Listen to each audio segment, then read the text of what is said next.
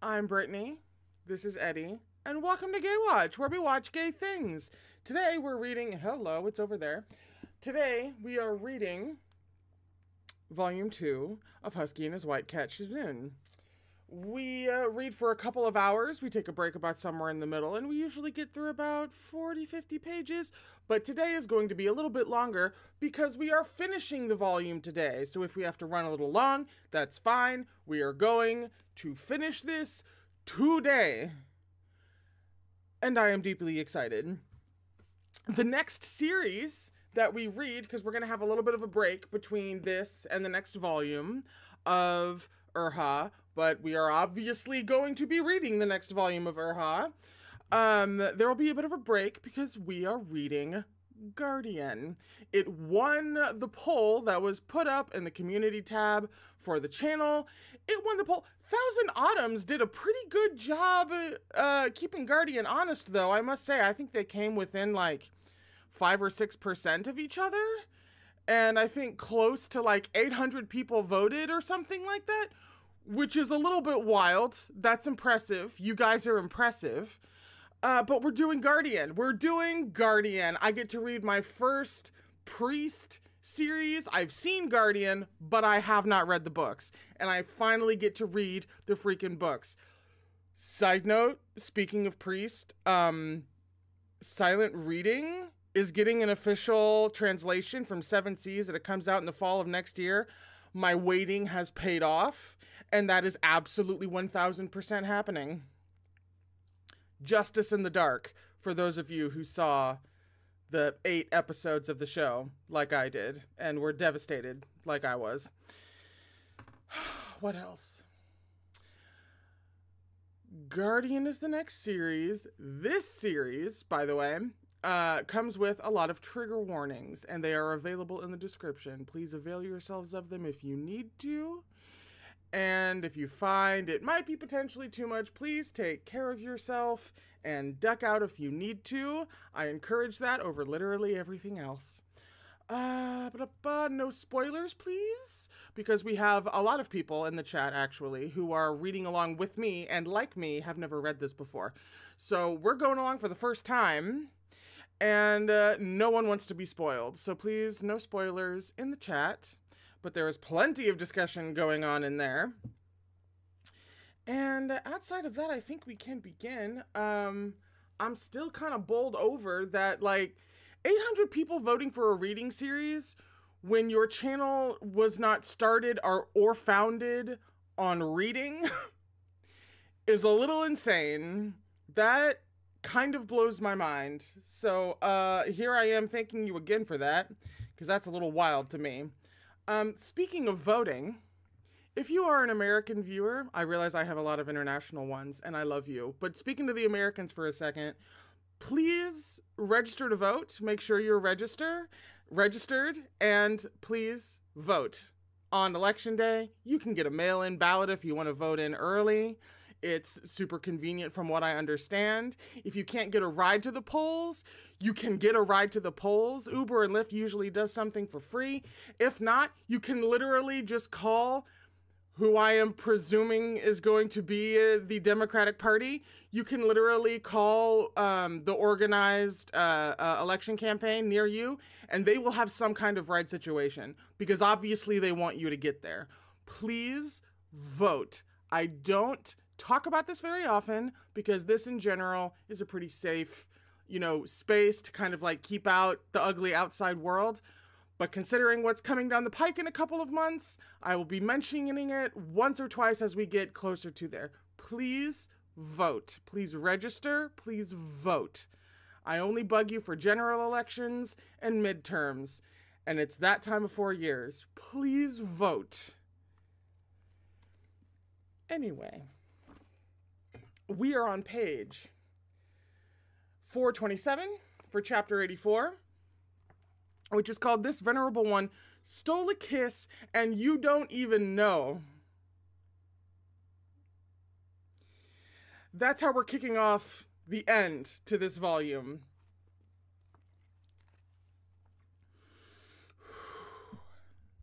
When Chu Wanning woke up, It was to the sight of Moran staring into the middle distance at the table, with his cheek propped up in his hand.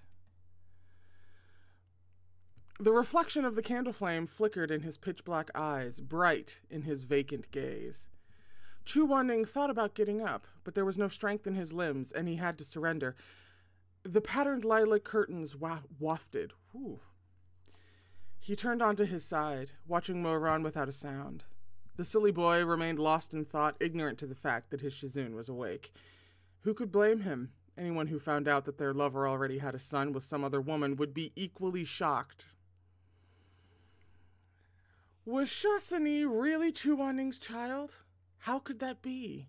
Chu Wanning was so aloof in particular. What woman could hope to catch his eye? Besides, if this whole thing was for real, then he must have had a kid in their past life, too. But in all the years he had spent with Moran in that life, Chu Wanning couldn't have been further from what one would expect of a married man, both in his daily conduct and between the sheets. But how else was he to explain this golden butterfly hair clasp? Moran banged his head against the table in anguish, about to lose his mind from sheer confusion. This isn't entirely his fault. I'm guessing he's not aware of the possibility that Chu Wanning could be de-aged and de-aging, or at the very least it's something that he is so tertiary aware of that it would not even remotely occur to him. This is not entirely a case of, it wasn't like he was dumb. It's not entirely there. I'm giving him a little bit of the benefit of the doubt, because you don't leap to de-aging in most cases. He wasn't that smart to begin with, and he had never been able to wrap his head around twisty-turny things. The more he thought, the more his head hurt, until he finally grabbed his skull and flopped onto the table with a despairing and stayed there, unmoving. I have to say, this is somewhat different and refreshing, because I am so drawn to really smart main characters in one way or another. Not necessarily genius, but I love me a genius. I don't usually read dumb protagonists that often. This is a very different vibe for me. Moran, what are you doing? Asked an even, soothing voice, pleasant like the chime of scattering jade, though the undertone was slightly hoarse. Moran instantly bounced up in surprise. Shizun, are you awake? Shizun, you're awake. I'm too excited. Chu Wanning coughed lightly before looking up at him. Is this Rainbow Isles Inn? Yeah. Moran stood and moved toward the bed, where he noticed a small tear in Chu Wanning's lower lip. His face swiftly turned red as he remembered how he had lost control in his lust-induced haze and had very nearly made a serious mistake. What is it? Chu Wanning asked upon noticing his perturbation. Ooh, perturbation? Perturbation? Yeah? Huh. I don't think I've seen Asian on at the end of perturb before. Nothing.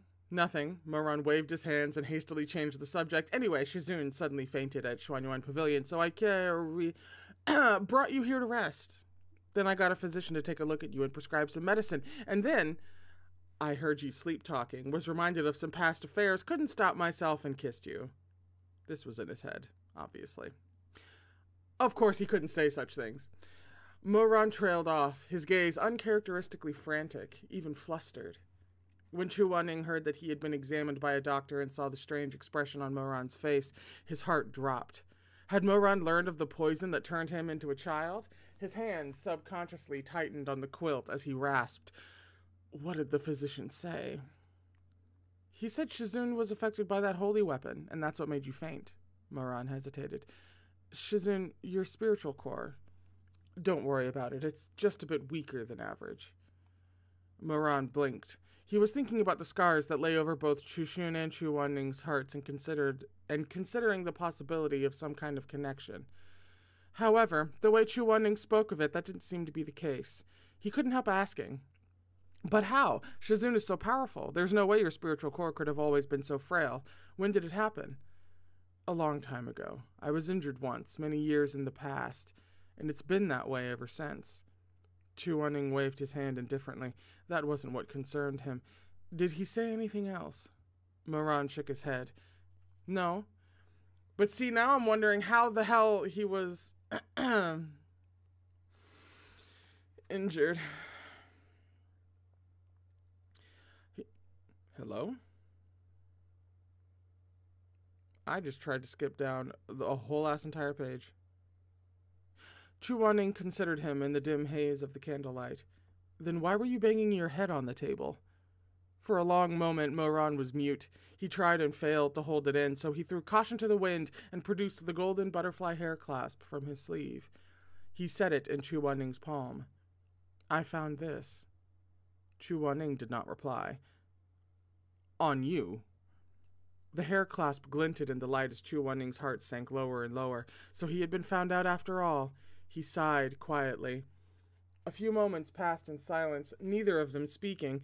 Finally, Chu Wanning closed his eyes and was about to come clean when he heard Moran mumble in a small voice, Shizun, is Shashidi truly your son? Chu Wanning was struck utterly speechless. He opened his eyes, and the blood that had been frozen in his veins began to circulate again. For a while, he didn't know what to say as he stared silently at Mo Yu, who stood by the bed with a complicated expression. Then, slowly, a clear verdict formed in Chu Wanning's gaze. Moron. That's right. Chu Wanning lifted a hand and calmly took back the hair clasp before Moran could react. Didn't I tell you before? Why are you asking again? Smooth! Just covered that right over. Moran buried his face in his hands. I'm just making sure. Yet, despite Chu Wanning's repeated confirmations that Sha Sini was indeed his flesh and blood, Moran didn't quite buy it. Shoving down his intense feelings of dismay, he decided to grill Sha Sini about it the next time he saw his little Shidi. Until those two actually acknowledged their blood ties to one another, he would sooner die than believe it. After a bit of rest, Chu Wanning recovered some strength in his limbs and moved to sit up in the bed. My clothes. He ran his hand over his collars and paused, frowning. Why are they so disheveled?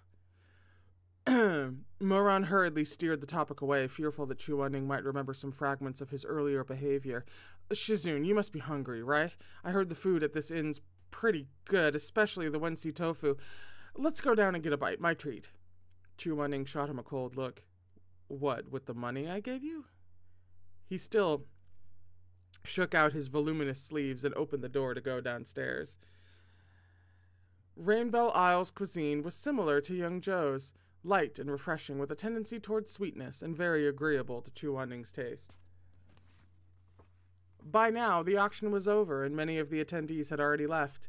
Moran and Chu Wanning had also requested a private booth, so there was no longer much need to wear cloaks to conceal their identities. After they took their seats inside, a waiter came and poured them each a cup of Bailochun? That's my first attempt. Green tea, then handed them a menu before retreating. Shizun can look through the menu first. You can order. I'm pretty content with all Jiangnan-style dishes. Chu Wanning said as he lifted the cup and took a small sip of tea. His brows furrowed as soon as the tea touched his lips, and he paused. What is it? Too hot? It's nothing. Maybe the weather is dry. My lip is a bit cracked. Chu Wanning touched the corner of his mouth uncertainly. Weird. When had that happened? Moran lowered his head in guilty silence. It would be a while before the food was ready, so Chu Wanning took the time to discuss the events at Xuanyuan Pavilion with Moran. They had left early, so they didn't know who'd won the holy weapon in the end, but that wouldn't be too hard to ascertain if they asked around. As they conferred, an assortment of Yangzhou dishes began to cover the table. Chu Wanning felt like they had reviewed all that they could of what they knew, so he stopped asking questions to look over the food lining the table. He paused for a moment before lifting his eyelids slightly to glance at the person across from him, whose smile was a tad nervous. Have you been to Jiangnan before? Chu Wanning asked. Moran had, of course, gone to see the apricot blossoms and misty rains of Jiangnan in his previous life. However, he hadn't forgotten that he was only 17 at present, and that he had only joined Xisheng Peak about 2 years ago, so he immediately shook his head. No. Chu Wanning's eyelashes lowered back down, his expression neutral as he said in a clear voice, "But you ordered all the best dishes." Moran started. Only then did he realize that he had ordered every single dish in accordance with Chu Wanning's preferences. His only thought had been to make sure Chu Wanning ate well so that he could recover his strength. He had entirely forgotten that he shouldn't be so familiar with the local cuisine. "I worked in the kitchens of a pleasure house when I was young," he said, "so I've heard of these dishes, even if I haven't tried them." Luckily, Chu Wanning didn't press the issue. "Let's eat."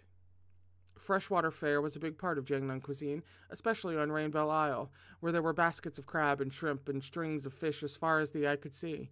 The square beach table was naturally laden with seafood. Crispy fried eel with sauce poured over it, sweet and sour squirrel fish, crunchy without and tender within. Steamed mantis shrimp. Ooh, mantis shrimp. Chrysanthemum sautéed sea snail and braised silver carp. It smelled heavenly. Aside from those, the meat and vegetable dishes were just as exquisitely made and elegantly plated, as were the desserts. There were stewed crab meatballs, savory pork trotter jelly, shredded tofu simmered in chicken broth, soup dumplings, wensi tofu, and more. Wensi tofu comes with a footnote, though. That's a soup dish with thinly sliced tofu threads that melt in your mouth. Oh! I've never heard of that before, but I instantly want to try it. Absolutely, yes, please. Sure enough, as soon as the dishes were all out, Chu Wanning's chopsticks reached unhesitatingly in that direction. Moran sighed to himself. This guy is always so predictable, be it how he eats or what he does. It's always the... Plop. An adorably plump meatball landed in Moran's bowl. Same? Moran's head snapped up, surprise at the show of favor slowly crossing his face. Shizun, thanks for taking care of me these past few days. Wait, had he heard that right? Moran was astonished. Had Chu Wanning just thanked him for taking care of him? Never once in the entirety of their last lifetime had he ever said any such thing. Would it be growth? Chu Wanning watched as the young man across from him slowly turned red, his eyebrows lifting higher and higher and his eyes getting rounder and rounder. A tuft of hair even curled up from his head to sway happily back and forth. Chu Zongshe didn't quite know how to react, but he had to preserve his dignity, so he took another lofty sip of tea. Ow, my lips.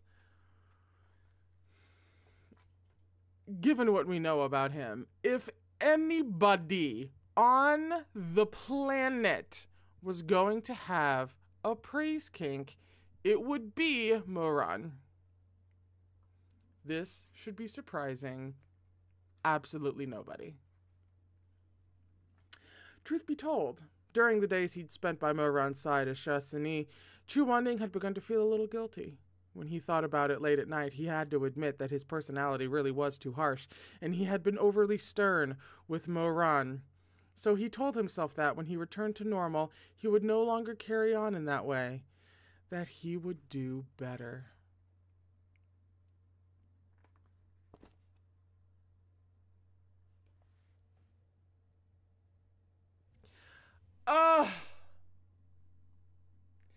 You love to see it.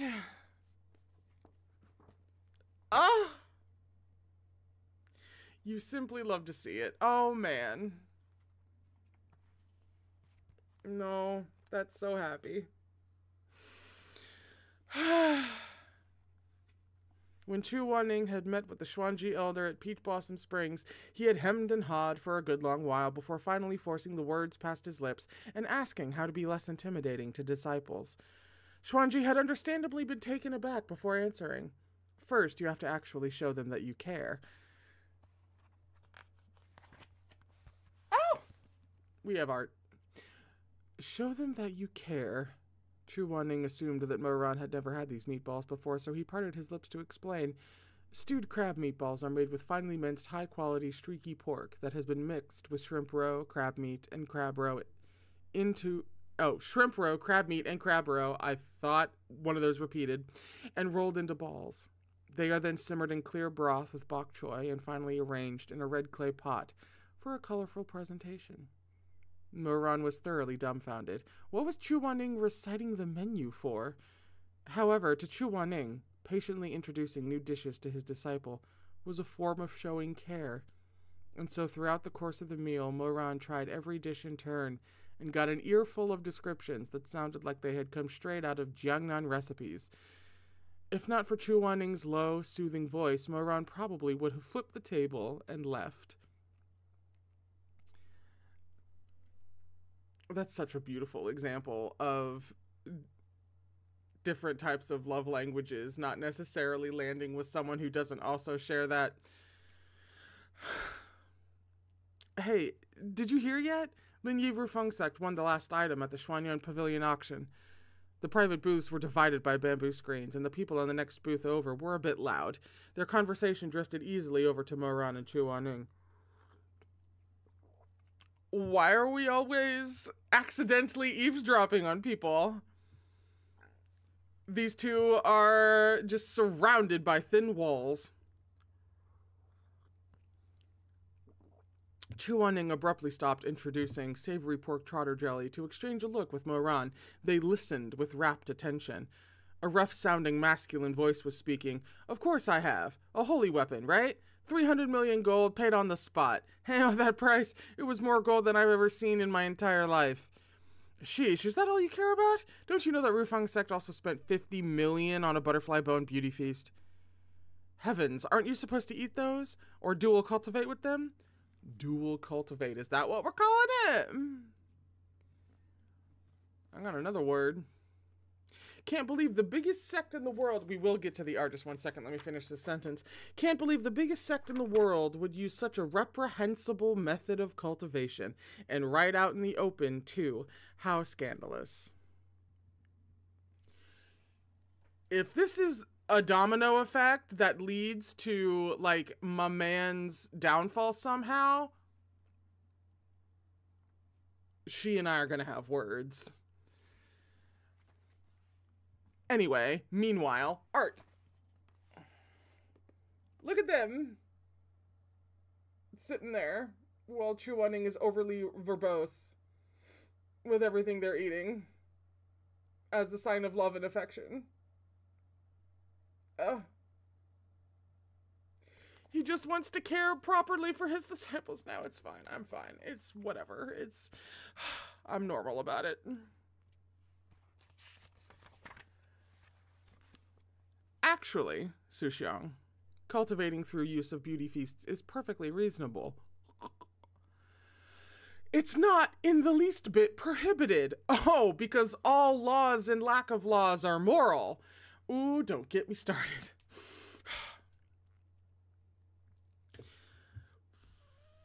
They may look like us, but ultimately they're not human. It's no different from eating fairy fruits to advance yourself. When you get down to it, there's nothing wrong with the practice. We'll just have to agree to disagree. That is not what, Mr. Cannibal Slaver Assault guy said. That's what the other guy said. The guy who's not cool with the whole beauty feast thing. It's like, we'll have to agree to disagree. I mean, obviously, the real trash at the table is the guy who's for it and doesn't see anything wrong with it, because that's true evil. But I am absolutely frustrated as hell that we have to agree to disagree about whether or not you can assault and or cannibalize perfectly sentient people. But that might be a little bit of present day American me popping out. Someone else laughed lightly. The one who bought the beauty feast is apparently some young disciple of Rufeng sect who rarely shows his face. Something she. First of all, you should know my husband's name. Put some respect on that. Thank you very much. I heard he looks decent enough. Wouldn't have expected some guy like that to rely on screwing women to cultivate. If you ask me, Rufeng sect is on its last legs. Still another person chuckled. What's wrong with that? Who doesn't love a beauty? Then their conversation turned to roundabout debates on ethics and morality, nothing worth paying attention to. So Rufeng's sect bought the holy weapon, Chu Wanning repeated quietly. Sounds like it. Chu Wanning seemed troubled.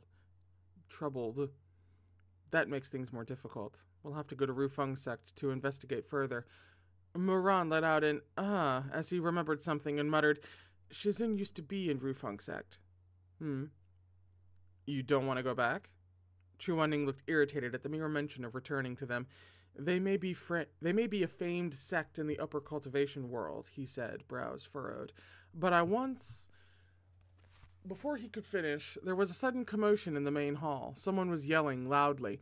Innkeep, we'll give you 500 gold if you get rid of these people and clear them out this instant. Our young master is reserving the whole place today. Excuse me? Who's barging in here and buying up the place? That's the end of the chapter. Who's barging in here and buying up the place? What?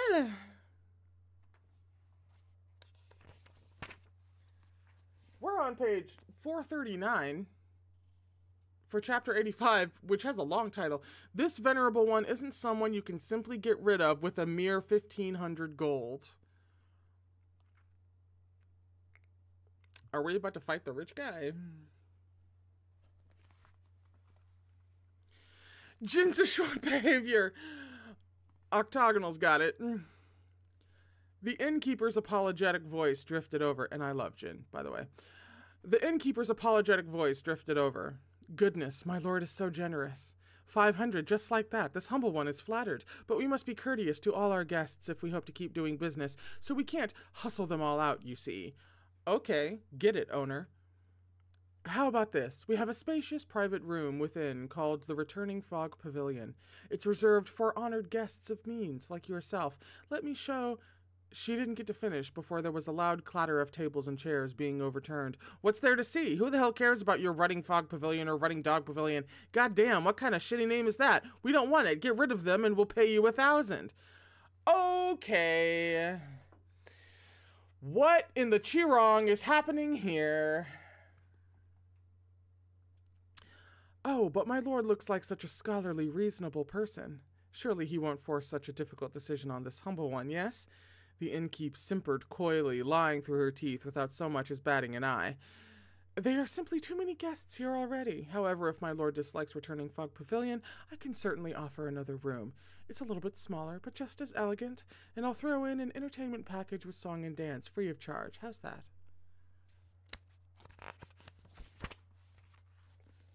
No, absolutely not. 1,500. Tell them all to get lost, the boorish voice bellowed. Quit dragging your feet. Our young master will be mad if this place isn't ready when he gets here. Wow. 1,000 gold was a lot to the average person, but it was a laughable amount to Moran, the once emperor of the mortal realm. Even the trinkets he had casually thrown at Song Chutong to humor her had been priceless treasures, and so his eyes were round with amusement as he chewed idly on his chopstick, laughing to Chu Wanning in a low voice. Shizun, check it out. That guy thinks he can get rid of us with a mere 1,500. Chu Wanning shot him a look, then lifted the bamboo curtain to look downstairs. There was a crowd in the main hall. They were dressed in plain clothes that concealed their sect, but every one of them had a high-quality blade glinting at their waist, and a fey wolf slobbering by their side. Hang on, back up. What is a fey wolf? I need to know this now. You can't just call something fey wolf and then not give me an incredibly detailed description of its physical characteristics and also its history. Come on. Fey wolf? That is such a cool... I'm okay. While the value of the blades was indeterminate, fey wolf... Oh, thank you! This is, sometimes I just need to shut up. While the value of the blades was indeterminate, fey wolves had a market price, but were next to impossible to come by. Acquiring one would be no small feat for a minor sect. If each of these people had a fey wolf, they were clearly from a prestigious organization. All the guests had stopped eating to stare apprehensively at the newcomers. It was so quiet inside the hall that one could have heard a pin drop. I am entirely picturing that meme. That's the POV picture of everybody at a party holding red Solo cups and just being like, that one, I have the perfect mental image happening right now. Suddenly, a white blur flashed into the inn, bright as snow. There was a beat of silence as everyone took in what it was. Then a burst of frantic clamoring as all of them scrambled away from it as the more easily spooked shrieked, "Monster!" It was a snow-white fey-wolf, as tall as 3 men, if not more. Its eyes were as crimson as blood, its coat as glossy as satin, and its fangs were the length of a grown man's arm, glistening coldly. Anybody ever seen Balto? If you haven't seen Balto, an animated film from the late 80s or 90s. I think it's more like the early to mid 90s. If you haven't seen it, you should see it because it's a formative experience of mine. It's just a great fucking movie. But do you remember, if you've seen it, do you remember the White Wolf from Balto?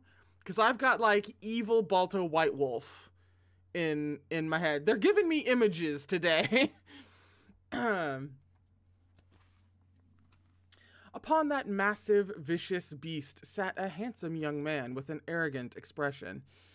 He reclined casually, one leg over. Wayfarer gets a point for having seen Balto.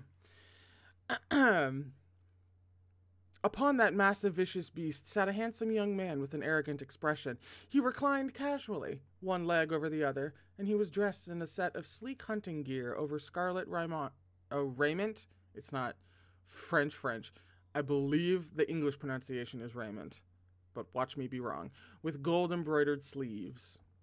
He also wore a silver helmet emblazoned with a lion swallowing the sun and a lock of red tassel that hung from its crown. His weapon, a jasper bow, laid over his knees. A lion swallowing the sun tells you everything you need to know about this sect. That is an excellent symbol. Holy shit.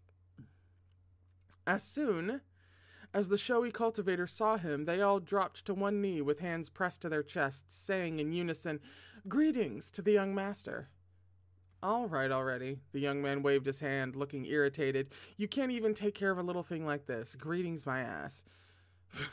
Moran couldn't help laughing quietly to Chu Wan-ning. If they're greeting an ass, then doesn't that make him the ass?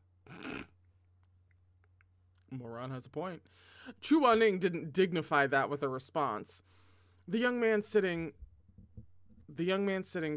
I think typo. I think it's a young man sitting atop the soft fur at the Fey Wolf's nape looked mad indeed. "Who's in charge of this dump?" The innkeeper was frightened, but she stepped up with forced calmness, smiling apologetically. "That would be this humble one, my lord." "Oh." He shot her a glance. "I'm going to stay here tonight, but I'm not used to having so many people around. Have a talk with them. I'll make up for your losses." "But, my lord, I know that puts you in a tough spot. Here, take this and give each table an apology on my behalf.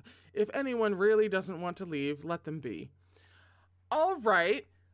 A little better than your fucking oafs over here. The young man tossed the innkeeper a pouch, which she opened to find filled with 9-turn returning pills that glittered golden within. These pills allowed the imbiber's cultivation to grow in leaps and bounds for 10 days, and a single pill cost more than 2,000 gold on the market. The innkeeper was at first shocked by this extravagant display, then discreetly breathed a sigh of relief. No cultivator would turn down something like these. With these pills, it would be perfectly acceptable to ask everyone to leave. As the innkeeper went around the tables apologizing and offering compensation, the young man yawned before glaring down at his attendants. "All of you are so useless. Do I really have to do everything myself?" Well, when they have the marching orders of be the biggest dicks you possibly can. The attendants looked at one another, after which there was a scattered response of, "Gongsha is ever brilliant and indomitable."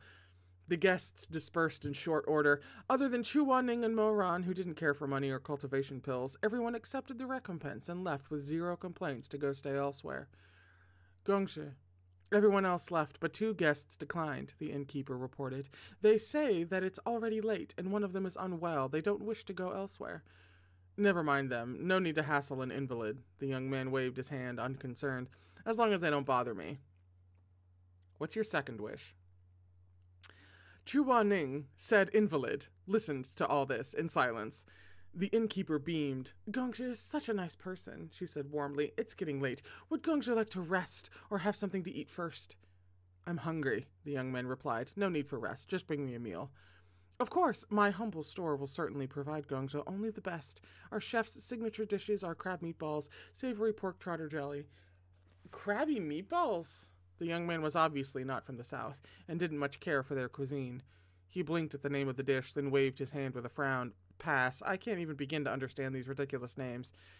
Maybe he was just some insanely rich merchant and not a cultured young master after all. The innkeep paused for a long moment. Then what would Gongsha like? We will do our utmost to serve. Easy, the young man gestured at his attendants. 5 caddies of beef for each of them, 10 for me, and then a caddy of soju and 2 legs of lamb. They'll do to tide us over. One shouldn't eat too much late at night anyway. Wow. Moran turned to Chu Ning, meaning to make fun of the guy's bottomless appetite. However, he found Chu Ning staring fixedly at the young man with an indecipherable, hazy expression. Shizun seems to know him, Moran said absently. Moran had said it offhandedly and hadn't expected Chu Ning to actually confirm. He tripped over his own words in surprise. Huh? Then who is he? The only son of Rufeng's sect's leader, Chu Ning said softly. Nanggong Si.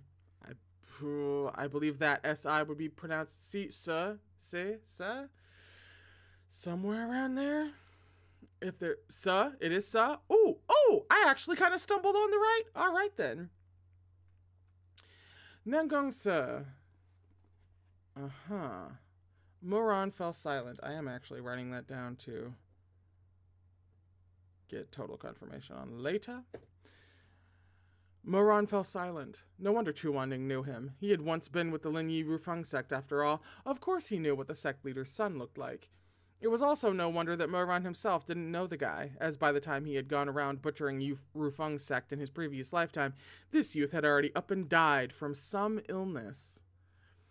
At the time, he had assumed that this son of a sect leader must have been a sickly cripple, but the fellow in front of them was healthy, lively, and had ego to spare. How could a guy like this have died of some illness? Some kind of sudden plague, maybe? Downstairs, Nanggong...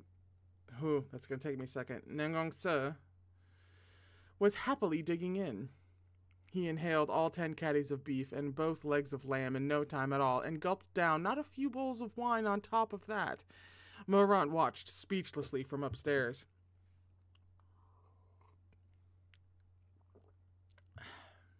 Shizun, isn't Rufeng's sect all about refinement and stuff? What's up with their young master? He's got even fewer manners than our Shui Meng Meng. Chu Ning shoved Moran's face.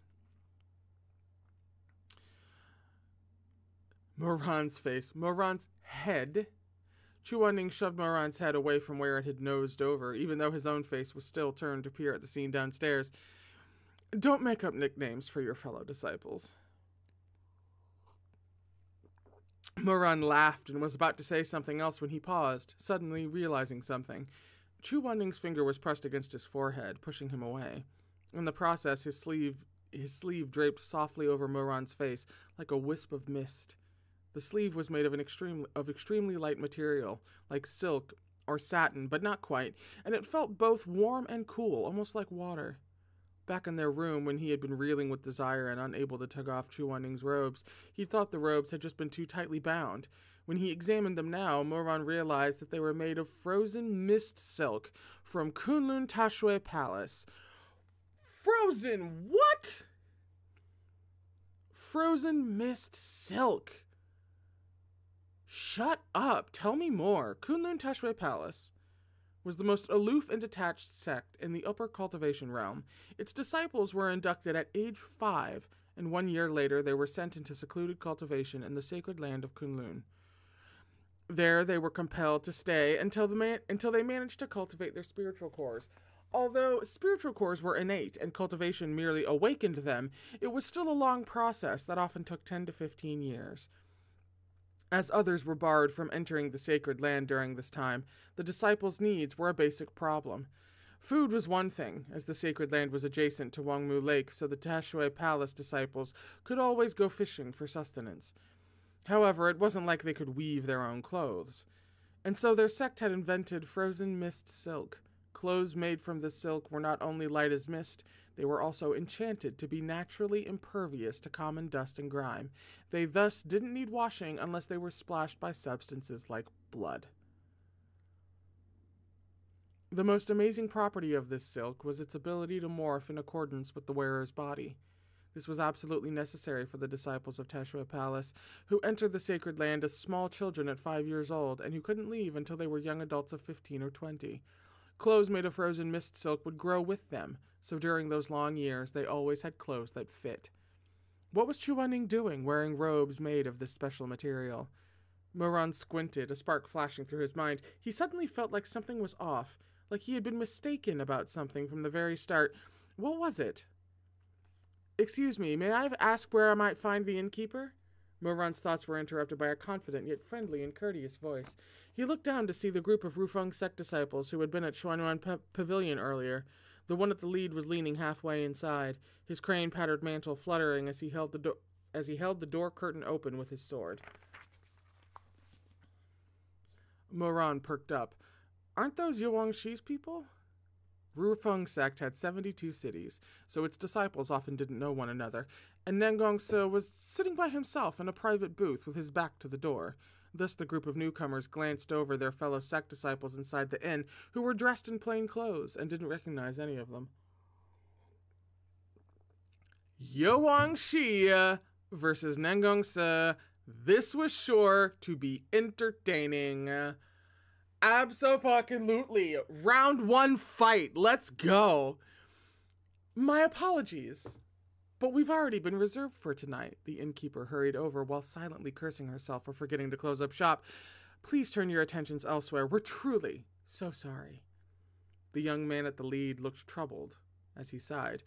What to do? We've already checked the other inns and they're all full.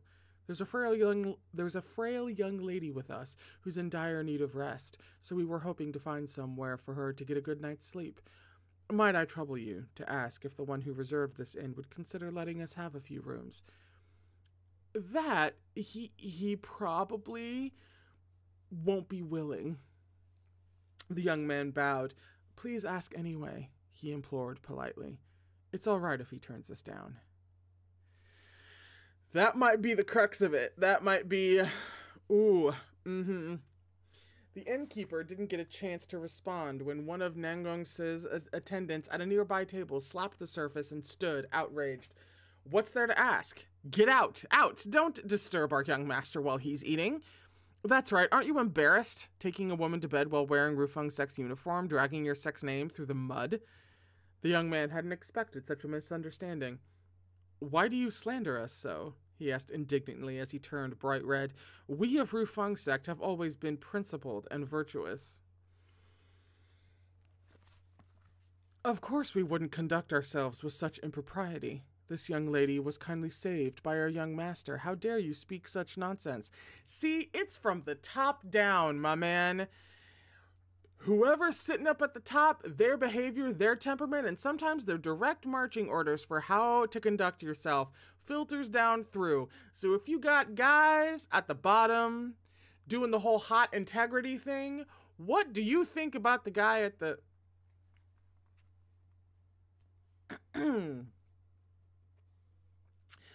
Your young master? Nangongse's attendant glanced toward the private booth. His own young master was still drinking wine, taking no notice of them, which he took as silent permission to chase out the interlopers. He relaxed and snickered loudly. Everyone knows there's only one young master of Rufeng sect. I wonder who this young master of yours is. A gentle, graceful voice came from outside the door.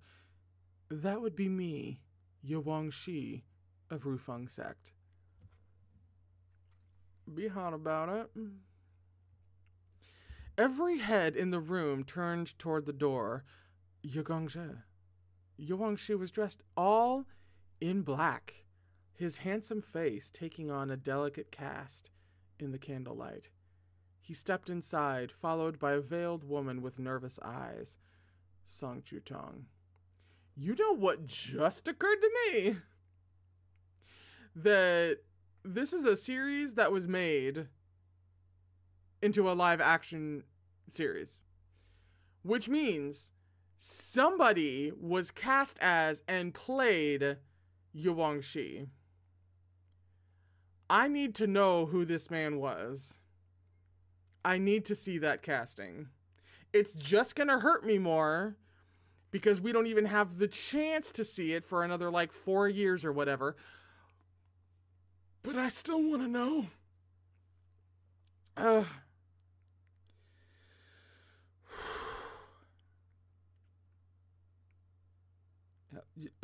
Moran eyed the girl, the vein at his temple throbbing viciously at the mere sight of her. Her again. Just his luck. Nengongsa's attendants were momentarily taken aback by Yuwangshi's appearance. Then contempt surfaced on the faces of some of the less composed members of their group. Yuwangshi was the adopted son of Rufeng's sect's chief elder, and he had once been attached to the sect's Shadow City. As implied by the name, the Shadow City specialized in training the Shadow Guard. That comes with a footnote. Shadow Guard, elite guards responsible for their master's safety, as well as things like assassination and spying. Oh, no, I'm sorry. No. Back up. Hang on. He was once attached to the hot, sexy bodyguard assassination espionage people? Why? Why would you aim that at me so specifically?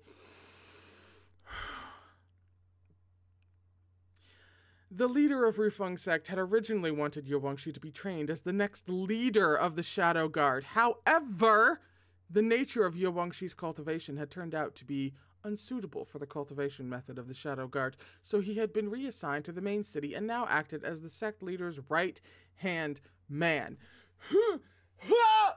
Oh!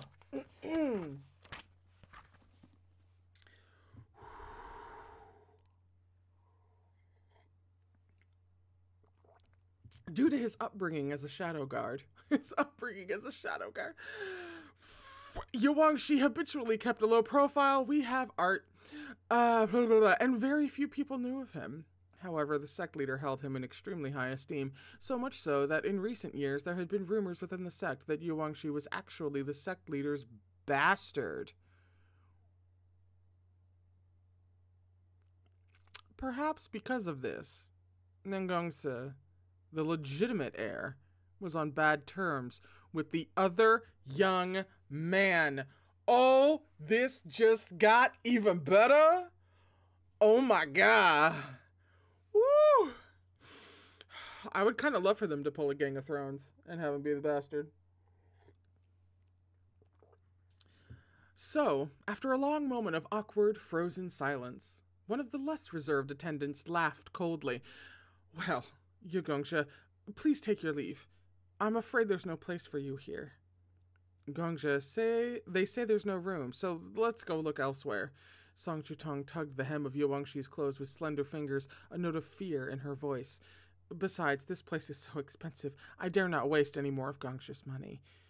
Upstairs, Moran rolled his eyes. It was always that weak, pitiful tone with her. She had tricked him with it in the past, and now she was manipulating Yuwangshi the same way.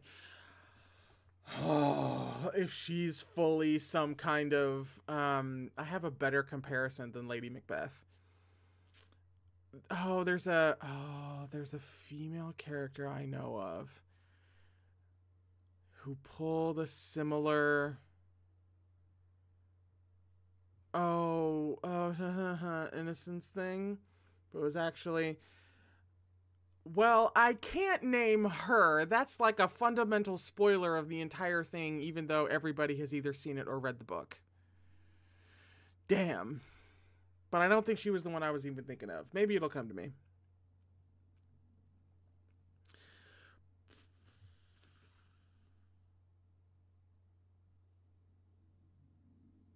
Hello, come on. Yuwangshi was about to speak when an enormous white shadow darted out from the inner room, headed straight for his back. Gongja, watch out, Song Shutong cried out in alarm. Howling loudly, a snow-white Fey wolf lunged toward Yuwangshi and started and started excitingly running in circles around him. No one said a word, including me. What? Also, is it Yawangsha? Is the I never an E sound, but a more of the type situation? Was that just something that I need to commit? Is it Yawangsha? Or Wangsha? It is E? Okay, so sometimes it is E. Alright.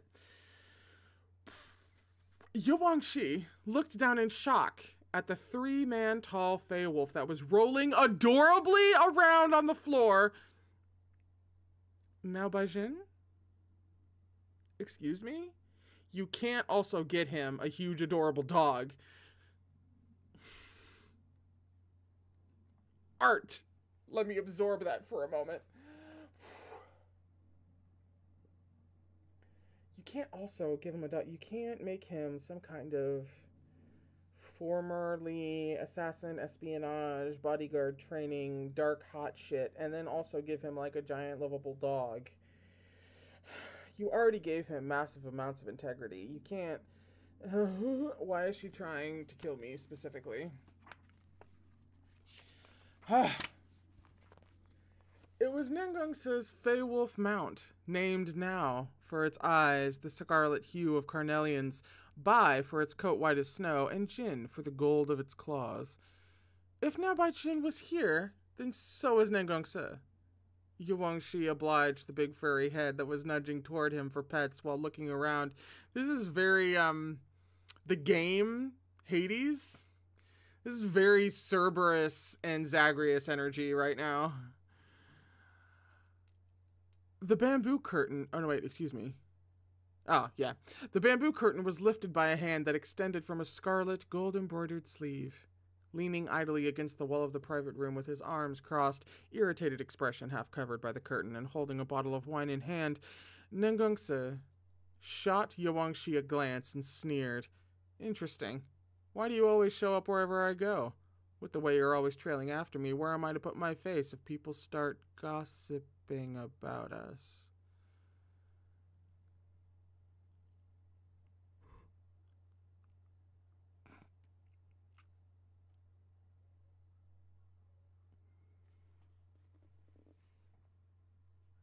That was the end of the chapter.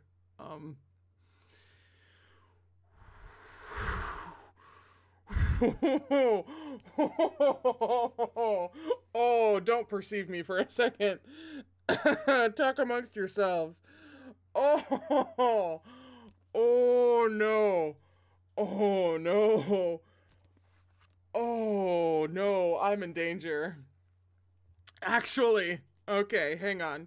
It's 4:01. Even though we're gonna go probably a little bit later than 5 today, we're gonna go ahead and take the break here. I I need a second. I need a second to collect myself. And grab some more tea. This is your cue to go, you know, stand up, get the blood moving and all that jazz. I'll be back in just a few minutes to finish the volume. Okay. Oh.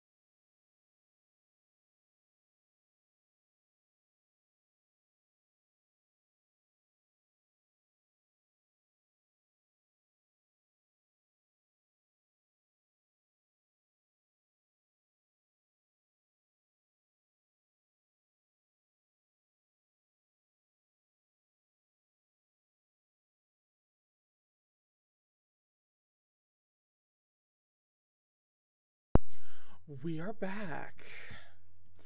Are we prepared? No, but we're back. Okay. So, we were on page 451 for chapter 86, which I just now realized I had not read the title of, I don't think. That is, this venerable one's ex-wife isn't low maintenance. I am waiting for the full penny to drop about this chick. I'm kind of dreading it, but I so want to know. So,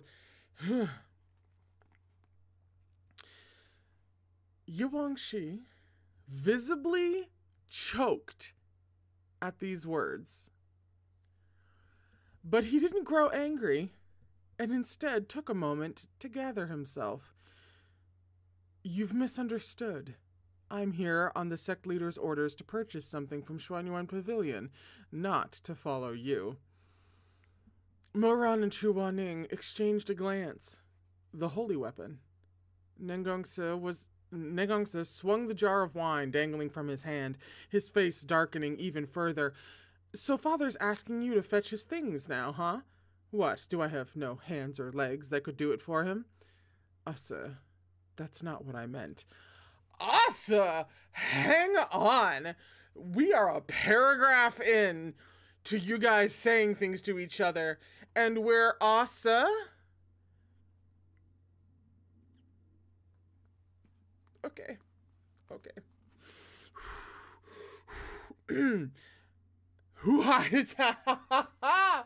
Oh! I'm okay. Who said you could call me that? Nengongsa lowered his brows in a scowl, lightning crackling in his eyes. Yugongsa, don't think you can be impudent with me because father is blind enough to be friendly with you. Aren't you disgusted with yourself? I call you that at the sect leader's behest. If you dislike it, you can bring it up with him. Yuangshi paused for a few moments. What's the point in taking it out on me? Don't you use father against me. Nengongsa drew in a breath and forced himself to regain his composure. There was a cold light in his dark eyes, like a silvery moon in a night sky saturated with beacon smoke. Back the fuck up. There was a cold light in his dark eyes, like a silvery moon in a night sky saturated with beacon smoke. Who does she think she is?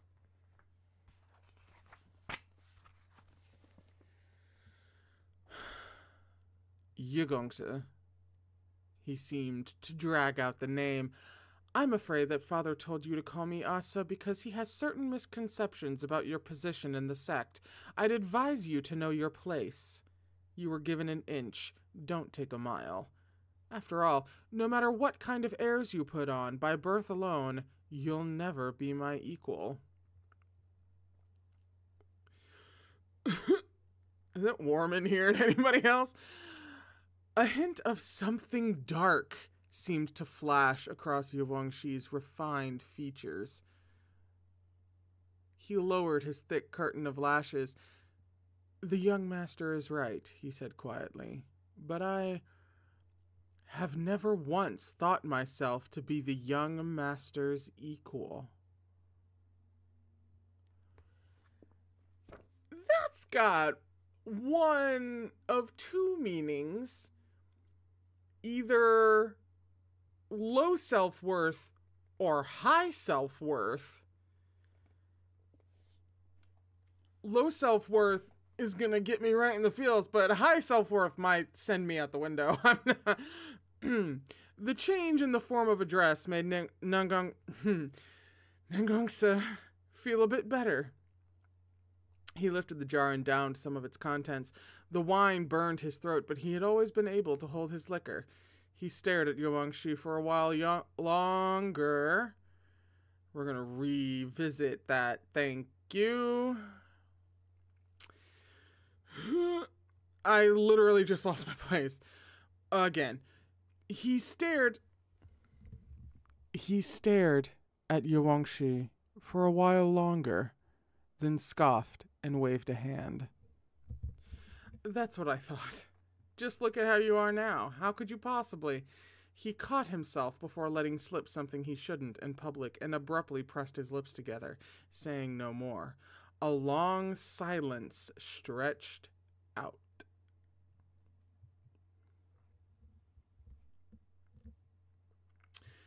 As for Yuangshi, even after being humiliated and insulted, his lashes were still lowered.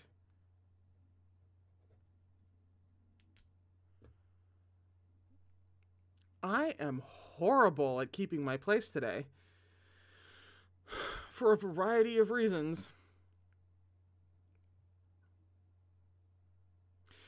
As for Yuangshi, even after being humiliated and insulted, his lashes were still lowered. No one could tell if his eyes held any anger or indignation.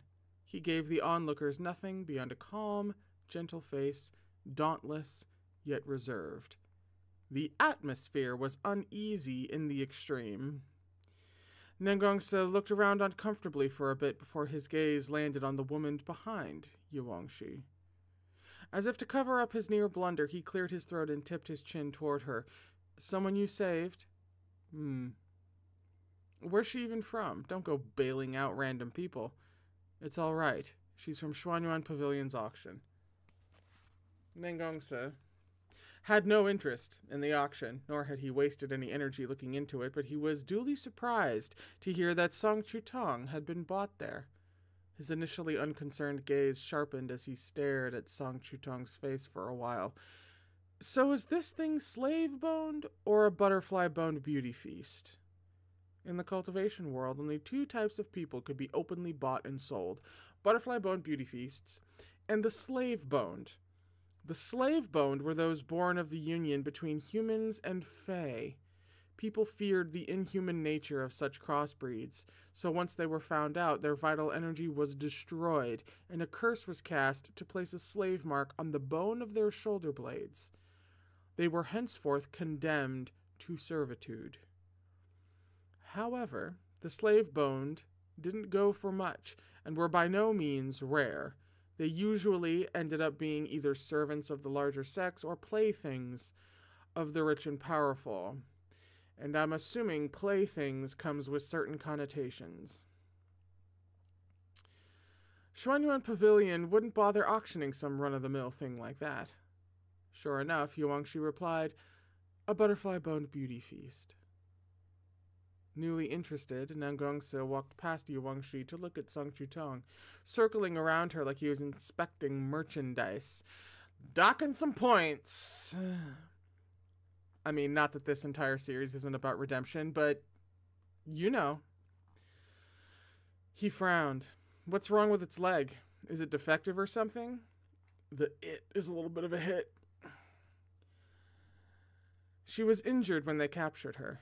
We applied a salve. It's healing, Yuangshi said. That's why we can't walk too far, and we're hoping to stay here overnight. Nengongsa said nothing, only narrowing his eyes. Then he suddenly drove to the side of Song Chutong's neck and took a long whiff like a feral wolf. The lecherous move frightened her so much that she paled, frozen in place while clutching her clothes like she was about to faint. Doesn't smell any different from normal people. Nengongsa rubbed his nose and sneezed. Some kind of perfumed powder. Waving his hand, he asked offhandedly, how much? 50 million. Silver? Gold. Nengongsa's eyes flew wide. Yuangshi, are you crazy? Do you know how many top-grade whetstones that would be? And you fucking bought a woman to bring back to me? What, is Rufang sex money not money to you? I didn't use the sex money, Yuangshi paused. And I didn't buy her for you. You! The anger that had only just subsided roared back to life. I see how it is, Nengongsa snarled. He glared at Song Chutong, growing more irritated the more he looked at her. That veil straight up pissed him off, so he ordered her, you, take that shitty rag off your face. Song Chutong, spooked, clutched tightly at Yuangshi's sleeve. Yugongsa, she said in a pitiful voice as she shrank behind him. I don't want to. Yu Wangshi's slender figure wasn't as tall or muscular as Nangong's. Thank you for that information. But there was no fear in his eyes as he tilted his head slightly to look up at the other youth. Young master, she doesn't want to. Just let her be. You talk too much. You saved her, so she owes Rufeng sect her life, and that means she has to listen to me. Take it off. I saved her, yes, but the moment I did, I also set her free, Yu Wangshi said. So please don't force her, young master. Who do you think you are, Yu Wangshi? Nangongsa punched the doorframe in anger. What do you take me for? Why the hell would I listen to you? If I tell her to take it off, then she damn well better take it off. I'll let you guys stay if she takes the stupid thing off. Otherwise, get the fuck out. Yu Wangshi sighed almost imperceptibly before turning to Song Chutong. Let's leave. This time, Nangongsa wasn't the only one to choke. Yu Wangshi had the holy weapon with him. There was no way Moran and Chu Wanning could let him go. Go stop him, Chu Wanning said immediately. Okie dokie. Moran had been thinking the same thing anyway, but he paused. Shizun, where will he sleep, though?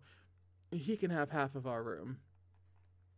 Moran looked uneasy for some reason. That's probably not a good idea. Chu Wanning's gaze flicked slightly upward. Why not? There are some things Shizun doesn't know. It's best if we don't stay in the same room as him. Besides, he wouldn't agree to it anyway, since he's actually... Moran was just getting to the important bit when he was interrupted by the sound of Nangongsa kicking over a table downstairs. Cups and dishes clattered to the floor, followed by a screech as he dragged over a bench and put his foot on it to bellow, Who said you could leave? What are you, rebelling or some shit? Get back here. Even Nangongsa's attendants looked on in flustered silence now. Young master, weren't you the one who told him to get out? However, Yu Wangshi seemed more than accustomed to Nangongsa's unreasonable temper tantrums. He pretended not to have heard anything as he tapped Song Chutong on the shoulder and gestured at her to ignore the crazy person behind them. Yu Wangshi. Yu Wangshi did not respond. Yu Wangshi. Still no response. Yu Wangshi. The vein at Yu Wangshi's temple twitched, and he looked back despite himself, only to be unexpectedly met with an oncoming wine jar hurtling directly toward him. Pupils contracting, he was about to dodge when a blur of white flashed in front of him. A delicate voice cried out in pain, startling everyone in the room, especially Yu Wangxing and Nangongsa. Song Chutong had blocked the hit for Yu Wangxi in the nick of time. She was bleeding profusely from where the heavy jar of red clay had struck her forehead. She touched the blood with a trembling hand as fair as jade, and tears of pain sprang from her eyes. If Moran is right about her, then this was a ploy. She is doing her level best to get into Yu Wangxi's head. Don't touch it. Let me see. I'm okay, as long as Gongsha didn't get injured. Can't you talk without throwing things? Yu Wangxi said in a sullen tone, shooting Nangongsa a blame-laden glare before turning to one of his attendants. Get the Jinchuang medicine. Footnote, Jinchuang medicine, a class of anti-inflammatory painkiller that also stops bleeding. For a good while, Nangongsa stood there stiffly, holding the little bottle of medicine, but Yu Wangxi didn't so much as glance at him the entire time. However, Nangongsa couldn't sacrifice his pride, so he roughly shoved the bottle at Song Chutong instead. Here, use it if you want, I don't care. Song Chutong was like a frightened little deer. She first looked shakily toward Yu Wangxi and only accepted the medicine when she saw that while he was silent, he wouldn't stop her. She then lowered her head in a bow to the person who had injured her as she said quietly, Thank you, Nangongsa. Nangongsa hadn't expected thanks from the girl whose skull he had nearly cracked open. He was taken aback for a second before snapping out of it and waving a hand with an embarrassed cough. No problem. That night, Yu Wangxi's group ended up staying at the inn after all. A multitude of candles flickered throughout the establishment like a scattering of stars in the sky. Moran sat by a window with his cheek in his hand and his thoughts wandering. It had been nearly 2... I skipped a half page. How did that happen?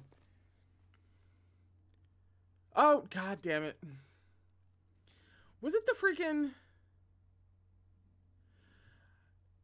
Was it at the footnote? It was at the footnote. I don't know why footnotes do that to me sometimes. But anyway, get the Jinchuang medicine.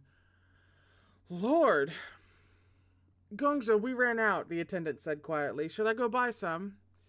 Nengongsa hadn't seen this coming either. He forced himself to remain calm, but there was a hint of guilt in his eyes. I have some, he mumbled with a stiff expression. Alan, fetch my medicine bag. Yuangshi, still angry, pressed his lips into a thin line and ignored Nengongsa. And then, of course, for a good while, Nengongsa stood there stiffly, holding the little bottle of medicine, etc., etc. And then we get to, thankfully, a scene break immediately afterwards. So it was just that little bit before that whole, my apologies. My apologies? My apologies. I don't speak for a living. I don't know what you mean.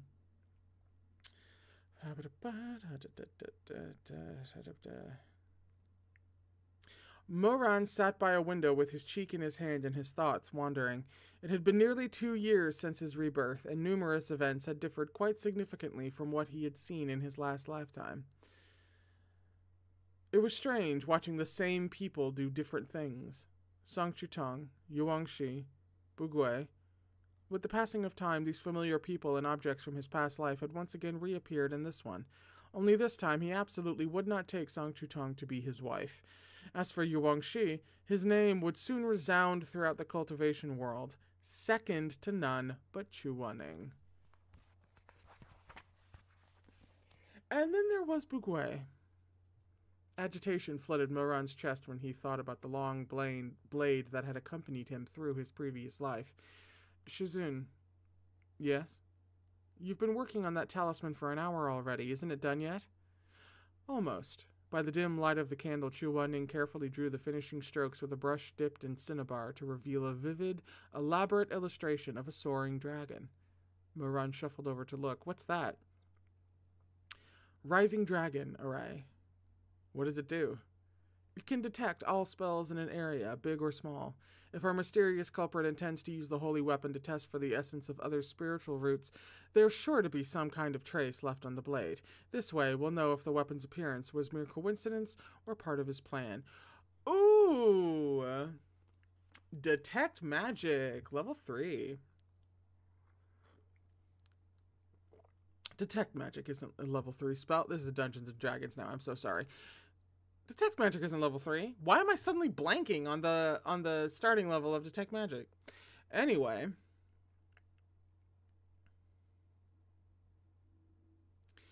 Hello? Wow, neat. But then why didn't Shizun use this back at Xuanyuan Pavilion? You'll understand once I awaken it. Excuse me, are we awakening a dragon? What? Chu Wanning pricked his finger and brushed the blood across one of the dragon's scales. The little dragon on the paper instantly glowed golden, its eyes and tail moving nimbly.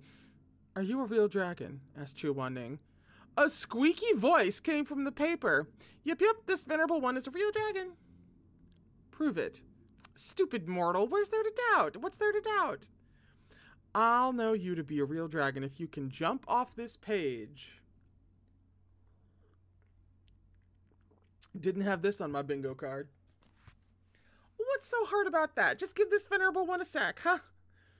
There was a flash of golden light, and a mighty little dragon, the size of a palm, leapt out of the paper, wiggling its body and baring its fangs. It flew a circle around Chu Wanning, quite pleased with itself and making a fuss. I'm a dragon, big and real, it boasted. I know lots of secrets, but I'm not gonna tell you. Not gonna tell you. Chu Wanning's eyes, clear as an icy lake, swept coldly over the little eel before he covered it under a cupped hand and turned to Moran with a deadpan expression. You see? I see. Let me go, you stupid mortal. You're messing up this venerable one's whiskies. No! Chu Wanning lifted his hand and curtly poked the blood-colored inverted scale at the dragon's throat. Shut up and get to work. That's the end of the chapter. Oh my god. Page 461 for chapter 87, which is this venerable one doesn't want you to take any more disciples. Excuse me. The little dragon left and returned like the wind, zooming back through the window only 10 minutes later to holler, I got it, so many magic traces in this inn. Hey, little eel, what are you, afraid the neighbors won't hear? Yell louder. Leaning on the table, Moran extended a finger and stroked the little dragon's body. Its tail swung over with a whoosh to smack his hand, but it didn't remotely hurt. Rather, it tickled. It was made of paper, after all. Don't touch this venerable one, you annoying pretty boy. This venerable one has yet to take a wife. Can't just let you cop a feel whenever you like. Moran broke out into laughter. Wait, what was that? This paper dragon wants a wife? What? Who are you calling paper, you damn mutt? What? Is this my new favorite thing? How come you even call me that? Is your surname Shui or something? Shui? Idiot brat. This venerable one is the dragon of the candle. Dragon of the candle! No! Mighty and unmatched, splitting the heavens and cleaving the earth, day and night as I open and close mine eyes, summer and winter with each draw of mine breath. My name is Ju Juyin. And don't you forget it. Yeah, didn't get a word of that. The little dragon turned cartwheels of anger, smashing into the candlestick with its little 2-finger-wide head, which made the flame flicker and the wax sway. Moran hurriedly steadied the candle, but as soon as he reached out, the little dragon bit his hand. Not that it felt like much of anything, being paper and all. Moran picked up Ju Juyin by the tail and flung it to the side, making it splat against the collar of Chuaning's robes and droop glumly there. Chuaning! The little dragon lifted one of its whiskeys. I can't take whiskeys. And prodded him weakly. This means you might hit me. Chuaning didn't feel like wasting his breath on this. He peeled the dragon off himself and casually slapped it onto the table. What spells did you find? You gotta call this venerable one Dragon Taizid 3 times first. Then Chuaning pinned it with a cold glare. Speak. The little dragon fell silent, but it bloated with anger at the disrespect, its whiskers pointing straight up as it glared at Chuaning with beady little eyes. That venerable mouth hung half open, huffing and puffing until it heaved up a gush of ink. Chuaning narrowed his eyes. Waste any more ink, and I will set you on fire. He reached for the dragon's tail as if to dangle it over the flame. Then you'll be a real candle dragon. All right, you win. You win, I'll tell you, all right, geez. The little dragon spit a couple more times, sending more ink splattering while muttering not at all discreetly, so damn mean. No wonder I never see my wife even after all these years. If this is like the cutesy tiny version of something much bigger and more ancient and more formidable, I will hate her. Huh? Moran blinked and snuck a glance at Chuaning, grinning cheekily. Didn't Chizun say something about Xinyang? Chuaning ignored him, sword brows lowering as he snapped at the little dragon. Less talking, more writing. Stinky man. The little dragon plopped under the writing paper laid out on the table and used magic to gather ink in its claw. It began to scrawl messily on the page, muttering the whole time. Alas, it couldn't simply name the spells that it had seen. There was a limit to how much information a paper brain could process, after all. It would have been too much to expect it to figure out what the spells were, based on leftover magical traces, so it could only draw out its impressions. Luckily, Chuaning was more than capable of discerning the original spells. He watched the little dragon scrawl away with lowered lashes and named them as it went. The little dragon drew a waning moon. Soothing spell. Someone here has insomnia. The little dragon drew the 7 stars of the Big Dipper. Celestial Bastion Array. Someone has set up defenses. The little dragon drew a rouge box. Radiant Countenance spell. Moran laughed, raising his hand. I know this one. A simple beautification and skincare incantation that girls use at night. Probably that butterfly bone beauty feast. Chuaning didn't comment. He seemed a bit agitated that every spell thus far had been irrelevant or inconsequential. Furrowing his brows, he tapped a slender finger against the table. Next, the little dragon drew a heart. What's this? Moran wondered. heart-clearing spell, Chuaning said, frustrated. It's unimportant. Someone's meditating is all. Next. I don't know, man. Anytime we just kind of lightly dismiss anything, my brain just zeroes in on it. The little dragon drew a crooked dog head. Beast-taming spell. Chuaning put a hand to his brow. You, pick the important spells and draw those. Skip the trivial ones for cosmetics and playing with dogs and helping people sleep and whatnot. Next. The little dragon looked up and fumed. Well, aren't you picky? Draw. Fearful of getting tossed into the candle flame and really living up to its name, the wee paper beast huffily wiped its tiny claws across the paper again. This time it drew an extremely complex, mysterious-looking array. Looks like 2 circles with a cross and then a vertical line straight down. Some kind of yin-yang divination-looking thing? Moran's eyes widened. Shizun, could this be what our guy put on the weapon? No. Chuaning took a single glance and could already feel a headache coming on. Voice-changing spell. Oh, what's it for? Some people want to change their voice, either because they dislike it or out of some other necessity. This sound-changing spell lets them do that. It's not difficult. Chuaning paused. However, it damages the throat if used for an extended period of time, to the point that it can become very difficult to recover one's original voice. There's something unusual about this one. I wonder who's using it. Moran only grinned. So that's what it's for. Makes sense, then. Chuaning sighed and was about to move on when he paused, eyes flickering as he realized something. He turned abruptly to Moran. What do you mean it makes sense? Do you know something?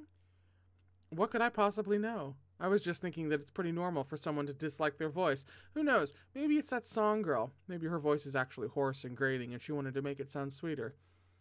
Chuaning gave him a long look before smoothing down his sleeve. Always thinking such nonsense. Then he turned back to the little dragon. Next. The little... Why can I not say little anymore? The little dragon drew another heart. Why, didn't Shizun just tell you to skip things like heart-clearing spells? What do you know, brat? The little dragon shot him a seething glare, then smacked its tail on the paper, putting an inky blotch on the heart and proceeding to spread it around until the entire shape was colored black. What's this? Black-hearted spell. Chuaning grew a little awkward and was silent for a while before saying, No, that would be the affection spell. What's that? It's similar to the Xuanren Pavilion's infatuation pills, Chuaning explained. It bewitches a person to develop feelings of love and affection toward the caster. Things like that. Generally used by women. Moran's eyes widened again. No way. Could it be that Song Chutong... How would I know about such things? Chuaning seemed irate, flicking his broad sleeve. Other people's love affairs are none of my business. Why would I care who's messing around with whom? He said, doth protesting too much. But Chuaning, are you sure you don't care about this affection spell? The little dragon said gleefully, tail swaying this way and that. This one's pretty interesting if you ask me. If you're willing to call me Dragon Taizi 3 times, then I'll... Chuaning gazed down at it with murder in his eyes. Shut up and draw the next one. You'll regret this. Are you going to draw or not? However, the little dragon stopped drawing, sitting down with a plop and scratching its belly with its tiny claw. What, out of ink? Chuaning said coldly. Idiot, out of spells.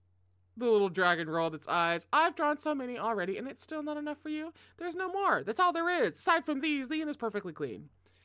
Chuaning and Moran's expression shifted slightly. That's it? Asked Moran. That's it. There isn't one for assessing spiritual roots? Chuaning asked. Nope. Master and disciple exchanged a glance, disbelief written on their faces. If this mysterious person had been using the auction to find another elemental spiritual essence, then he had to have put some kind of assessment spell on the holy weapon. Only now it appeared that no spell had been cast on the weapon at all. Were they mistaken? Did the long blade's appearance have nothing to do with the man they were hunting? The little dragon noted their silence and soared into the air, flying around back and forth as it whined. Oi, pay attention to this venerable one. Drawing is exhausting, you know? Where's this venerable one's round of applause? Chuaning was already irritated to begin with. When it hollered, he simply lifted a hand with a sweep of his sleeve and summoned a yellow talisman in the air. The little dragon shrieked miserably at the sight of it. I don't wanna. Nevertheless, it was sucked into the talisman and turned back into a drawing. A tap of Chu Waning's fingertip on the drawing itself slowly faded away. Even as the dragon disappeared, it kept narrowing its eyes in affront at Chu Waning.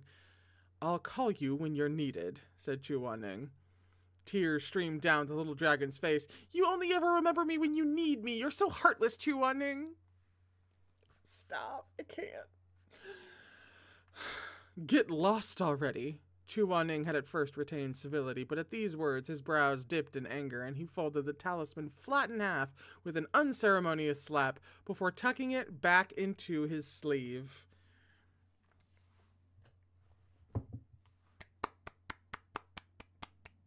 You gotta golf clap that one out.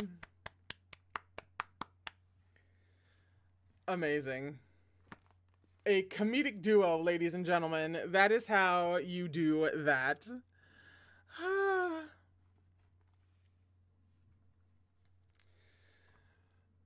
Nightfall.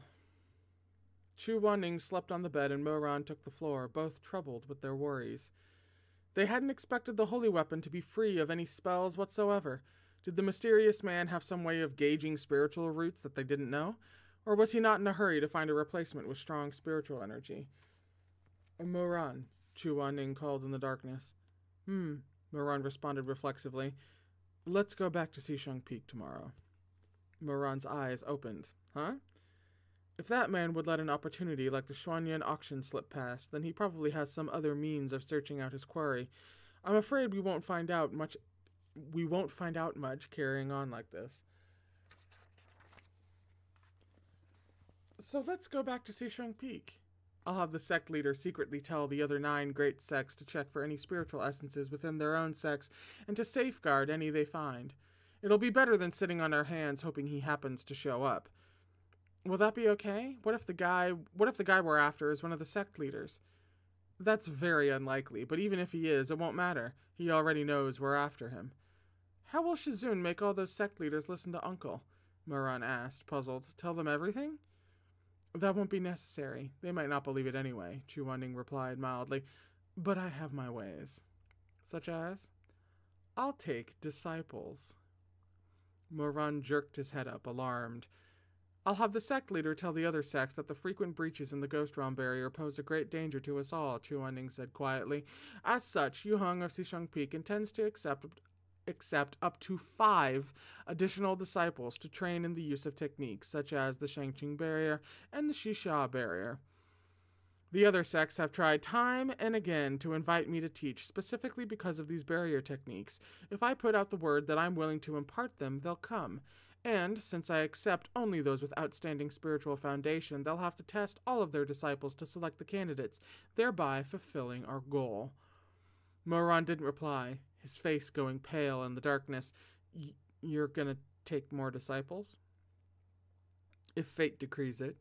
Chu Waning rolled over, his voice quieting as if he was getting tired. I'll take the names of the candidates and have them practice standard barrier techniques by themselves first. If any among them manage to persevere for 3 years or so, then why not? In the darkness, Moran listened to the voice from the bed slowly drifting off. He felt like a jar of vinegar had been spilled on his chest, so sour it made his heart ache. Take on more disciples. You only ever took 3 in your last life, picky as you are. How come you're not being picky now? How could you take on more disciples just like that? Uh-oh. Someone's self-worth and abandonment issues have been prodded. Moran kept wanting to say something, but every time the words reached his lips, they never made it past. Chu Waning fell asleep, blissfully unaware of the sea of jealousy raging within Moran. It was cold at night. Moran pulled on an outer garment and got up. He called to Chu Waning in a low voice a couple times to ensure he was really asleep, then quietly opened the door and snuck out of the room. The halls of the inn were still and silent. A few red silk lanterns glowed peacefully with a low light, gentle circles of orange reflecting on the wooden floor like so many ripples. Chu Waning might already have tested the holy weapon, but Moran had yet to test Bugui. A holy weapon within 100 feet of its master could be summoned to their side with a simple spell. At Xuanyuan Pavilion, Moran hadn't had the chance to check if this blade really was his weapon from his past life. How could he possibly miss this chance now? Moran's fingertip glowed with a crimson light. Lowering his eyelashes, he said in a quiet voice, Bugui, come. For a few moments, there was nothing but silence. Suddenly, the muffled sound of a blade rang out from somewhere in the distance. The sound was barely audible, but it reverberated in his ears and his heart hammered. Moran's eyes shot open. Bugwe! It was Bugwe. The long blade was struggling, crying blood, its deep roar racing to him across sanguine oceans, across lifetimes. Sanguine, I believe. It was as if he could hear Bugwe weeping and wailing for him. However, it was trapped, confined by something Moran knew not of. It could feel its master's call, but could not answer. There was something missing, something that had severed their connection. They'd once had a pact, had once seen the beautiful sights from the tallest mountains together, had once waited for death side by side in the last remaining bit of warmth in Wushan Palace. Something was forcing them apart, but still their bond remained, like a tendon linking torn flesh. Moran's eyes were red and welling with tears as he whispered, Bugwe, it's you. Why can't you return to my side? Who's stopping you? Who... Creak. The quiet sound of a door opening. In the suffocating darkness, it was as loud as crashing thunder. Holy shit! Holy shit! Holy fu...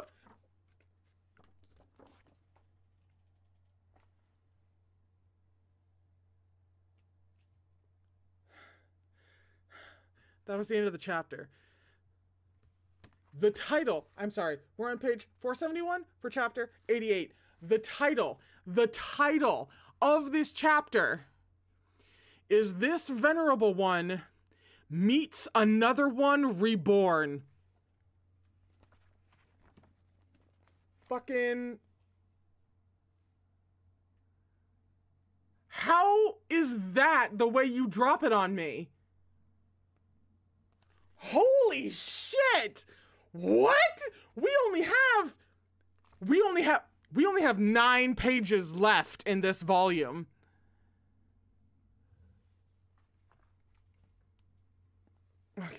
Okay. Everybody shut up. Everybody be quiet. Nobody move. Nobody move. Nobody move. I am having to cover my hand so that I don't glance ahead. Cover my hand, cover the book, cover the pages, I don't know. Anyway, nobody... It's...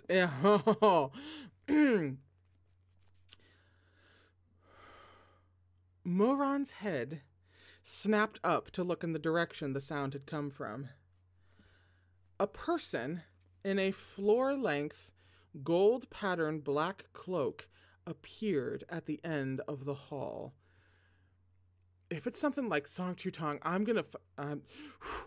His figure was tall and straight, and his entire body was concealed by that cloth. Even his face was shrouded behind a curtain of black silk. The only thing Moran could see was a pair of eyes, but the darkness made even these difficult to clearly discern. I can't read, I'm so sorry. The person held a blade in his hand, a narrow blade, completely black, unmatched in sharpness. Bugwe. Who are you?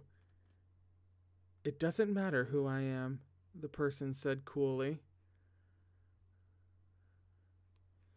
His voice sounded strangely warped, as if it had been intentionally distorted. All I need to know is that I know who you are. So he suspects that this Moran is Moran? Is Taishan Jun? A chill ran through Moran, but he forced himself to keep his cool. I'm just a disciple of Xisheng Peak. So what if you know me? What's your point? A disciple of Xisheng Peak. That's not wrong. But have you forgotten that you're also Taishan Jun?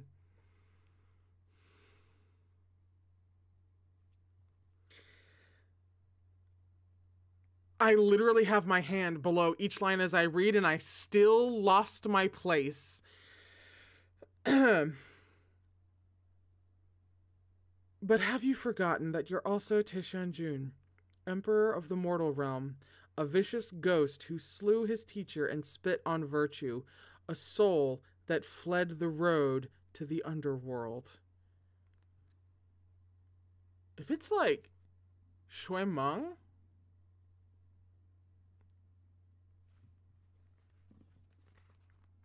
He was the only one fucking alive. That's I'm just saying. Sorry, I'm so sorry. I'm shutting up, I swear. Moran's blood grew colder with every word. He felt like he had fallen into a frozen cave. Tianjun, who had bathed all 72 cities of Rufeng sect in blood, Emperor of the Mortal Realm, who had married the most beautiful woman in the world, who had killed his teacher and family alike, who had trod on countless people to reach the top.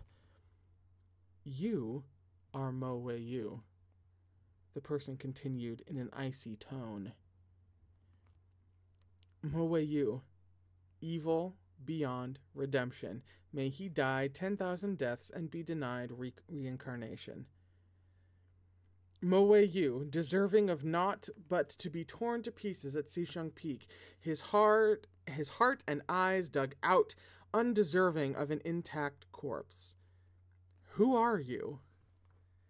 Moran saw red. His youthful demeanor wholly vanished from his face, replaced by a ruthless, fiendish snarl as he stood off against that man at the end of the hallway.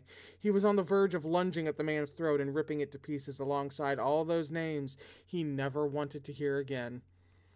The man lifted a hand wrapped in black silk, and the hallway was instantly encased in layers of ice, dividing the space between them. You can't call this blade anymore, can you? The man walked closer, slow and leisurely, stopping some 10 paces away. Emperor of the Mortal Realm. Or maybe it's better to call you Moran. How laughable. Have you ever taken a good look at yourself as you are now? A heart that is no longer cold and hard as steel. You've stayed by Chu Waning's side and even developed some genuine fondness for him.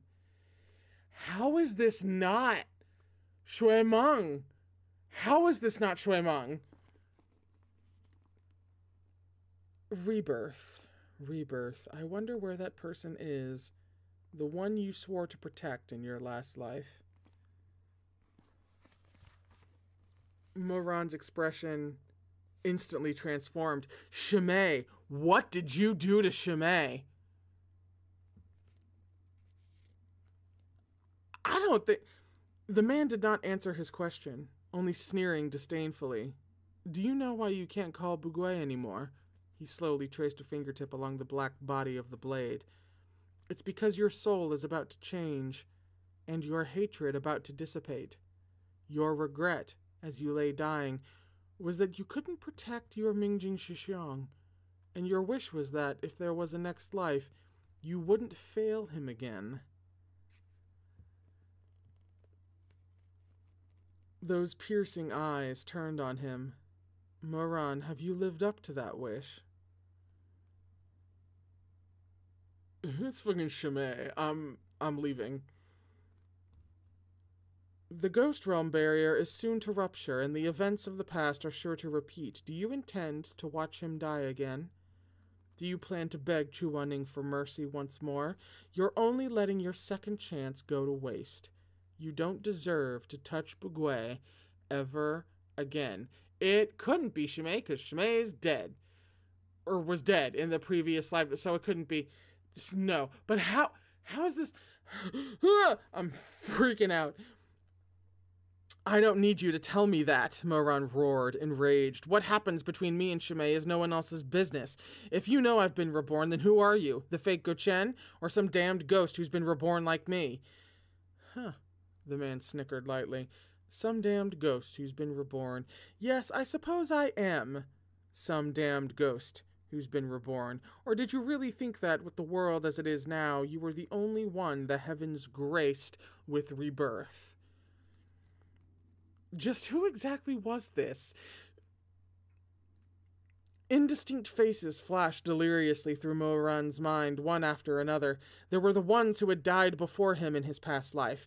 Shui Jingyang, Madame Wang, Chu Wanning, Sang Chutong, Yu Wangxi. These were the ones. There were the ones who had charged Wushan Palace just in time to see him off. Shui Meng, Mei Han Shui, the executioners from the 10 great sects. Who was this? Who was this? Just who had found out his secret and seized his weakness? Of all his demons from a lifetime ago, which one of them had crawled out of the underworld to hound him, to force him back down the road to ruin? Who was it? In the split second it took Mo-ran to think, there was a flash before his eyes, and with a flurry of robes, the man had moved to stand right in front of him. The sheer strength of this man, even after rebirth, rattled Mo-ran. Bugui's tip was pressed to his chest, just a bit of pressure, and it would pierce through his flesh and into his heart. I suppose, technically speaking, it doesn't really matter if they died before he did, or if they were still alive when he died. Because you would just die and then be reborn back at the beginning of, or towards the beginning of where things really started to split, right? Which could have been before, so that doesn't preclude, like, anything. Okay. Hang on. The sheer strength of this man, even after rebirth, rattled Mo-ran. Bugui's tip pressed to his chest. Just a bit of pressure, and it would pierce through his flesh and into his heart. Mo-yu, I thought you devoted in matters of affection. I thought you devoted it. I'm shutting up. I promise. I can't figure out a way to, like, comfortably block fucking things and read at the same time. Perhaps your Mingju Shishang doesn't enjoy the fortune of your favor. Even in your second life, you still care nothing for him. Perhaps your Mingju Shishang doesn't enjoy the fortune of your favor.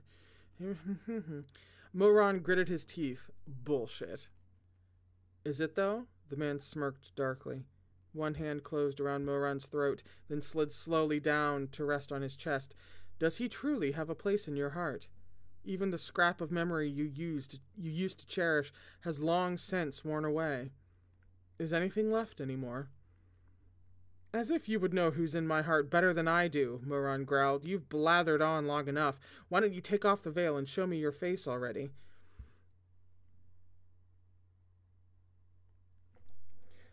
Why the rush to see my face? The man's voice was like smoke and his gaze like mist, both threaded with contempt.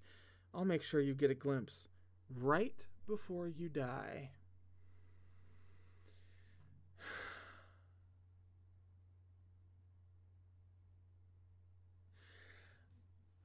Him? From another... Okay. You die first, you... Mo-ran didn't finish before he suddenly felt a bone-chilling cold underfoot. He looked down to find that, without his notice, the man's icy thorns had climbed up his body. Ice spells, ice thorns, water element. Who was it? Who from his past life had used such spells? Mo-ran had met far too many adversaries, and his head was an utter mess as he scrambled to remember them all. Honestly, pretty fair. Shui Meng, fire. Chu Wanning, metal and wood. Yu Wangxi, earth. Shui Jingyang, earth. Just who was it? Why couldn't he think of someone who had such powerful command of ice? I can't think of it either, but I see. I'm in the same spot that he is. I'm like, that does sound familiar, but I can't remember who. And I have to try so hard not to look at chat right now. I have never felt closer to Mo-ran than I do right at this moment. You're not wrong. I'll die too, but Mo-yu, that won't be for a long, long time. Was it because he would never... Is Shimei like an ice bitch and I'm just not remembering it? Because of course Mo-ran wouldn't think of it. He would be like, yeah, who could possibly be this dude? He would never think of Shimei. But he just listed off a whole bunch of other suspects. Except for Shimei. Okay. The ice spread rapidly over his entire body. This man's strength was truly terrifying. Moran released some spiritual energy to fend off the freeze and was met with a burst of immense and oppressive force bearing down on him.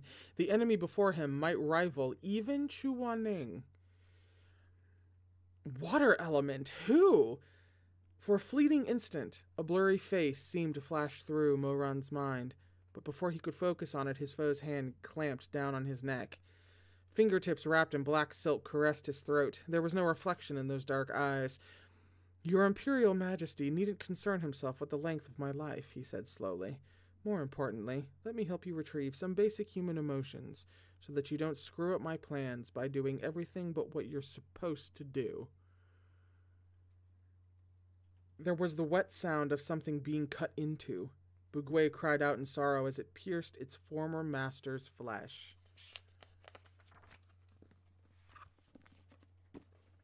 It's not deep. Just getting some of your blood to bind the seal. True to his word, the man took only a bit of blood from Moran's wound to mark him between his brows. Then he began to chant some manner of incantation. A searing pain exploded in Moran's head. Fuck your mother! He cursed. The fuck did I do to you in my last life? Did I chop you into minced meat or kill all 18 generations of your ancestors or some shit? Fucking hell, the fuck are you doing? It could be Chuaning somehow? I don't know, man. I legitimately don't know. Shh, hold still. It's just a virtue spell. I don't fucking care if it's a virtue spell or a vice spell. Keep touching me and it's gonna be a vomit spell. Fuck off. Ah, Moran. The man sighed softly while drawing a seal on his brow. How could you bear to tell me to fuck off? He paused, then resumed chanting. Heart lesser than water, fervor unstoppable. Heartgate open. Agony tore through Moran's chest. You... Suddenly, the ice was dispelled. Moran stumbled, legs giving out as he sank slowly to his knees, face pale and colorless. You should thank me. For a while, the black-robed person looked down at him through lowered lashes, expression apathetic. Then he said evenly, I've heightened the emotions in your heart. Made love and hate clearer still. Surely you should be able to figure out your own feelings now, if, even after all this, you still don't understand that you must do all in your power to protect Shimei, up to and including giving your life, then you are truly useless, nothing more than an unwanted child to be tossed aside. So this virtue spell made love and hate more intense and clear-cut? Why would this person go to such lengths to preserve Shimei's life? Water element. That wasn't even me, that was the book. Water element. These were the last scattered thoughts in Moran's head before his consciousness faded. He crumpled to the floor with a thud, thick curtains of lashes closing over his eyes. The black-robed person stared dispassionately at him for a while, then slowly crouched to take a pulse. He thought for a short moment before lifting a hand to gather a brilliant blue light in his palm. Forget, the black-robed person intoned in a low voice. The blue light glowed brighter still, and Moran's tightly locked brows slowly relaxed. When Moran woke, he would only remember going out to try to summon the holy weapon to no avail. He would remember nothing else, nor would he know that in this world another person had been reborn. What the fuck do you mean? Modify memory has entered the chat. We can't trust anyone's memory anymore?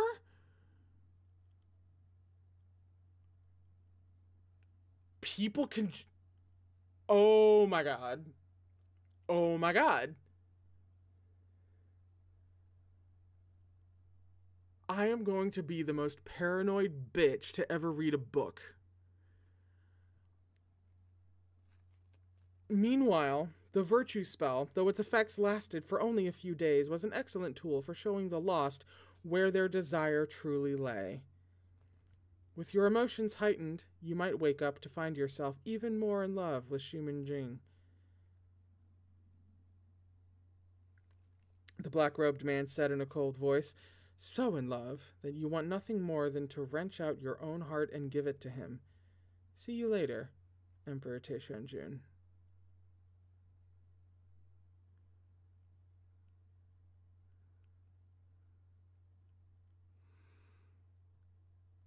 I mentioned something similar to this earlier when I think love potions came up or whatever, of Moran,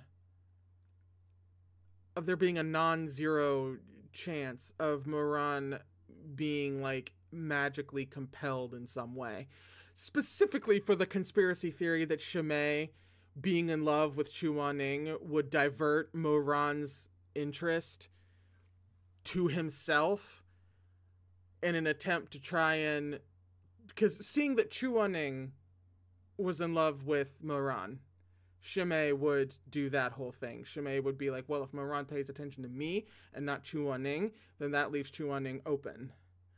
That whole thing, this feels like exactly that.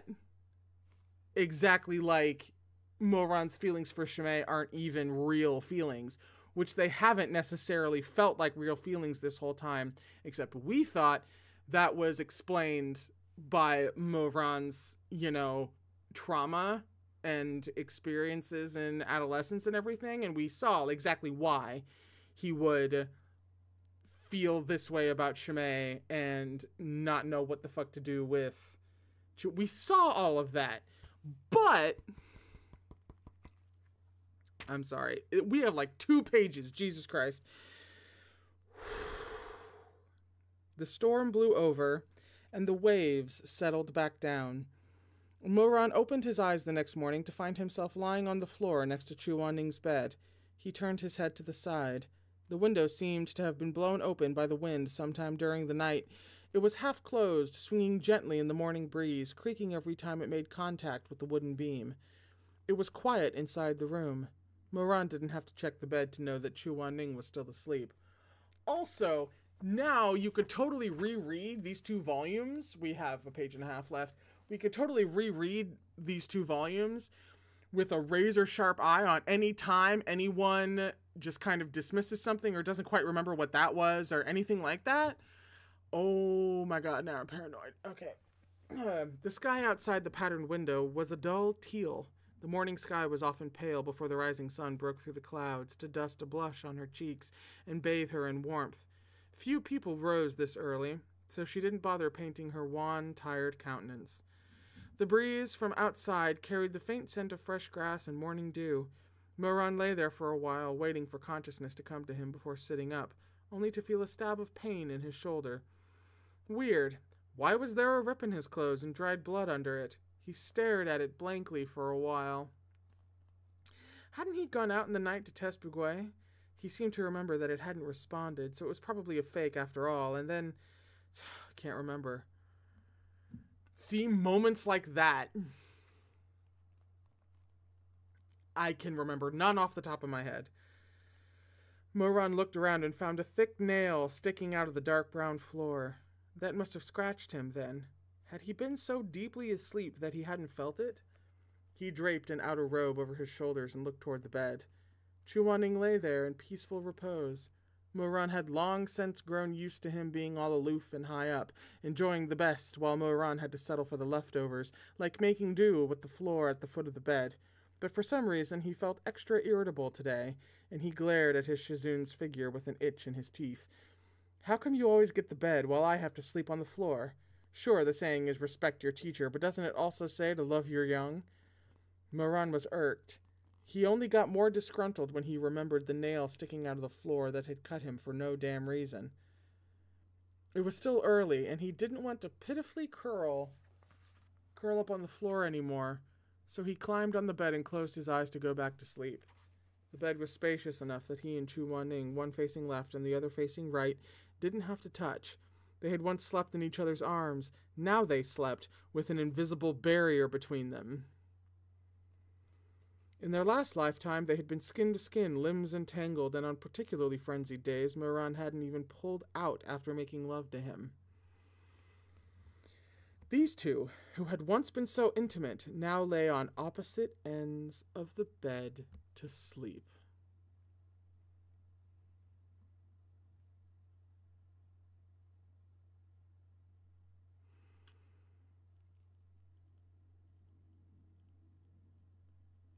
Someone is fucking keeping them apart. Even now? Okay. That's the end of the volume. Alright, so now I have officially gone from, I don't know why I'm always suspicious of Shimei, to being full on, if this motherfucker isn't Shimei, it has to be. It has to be. It simply has to be.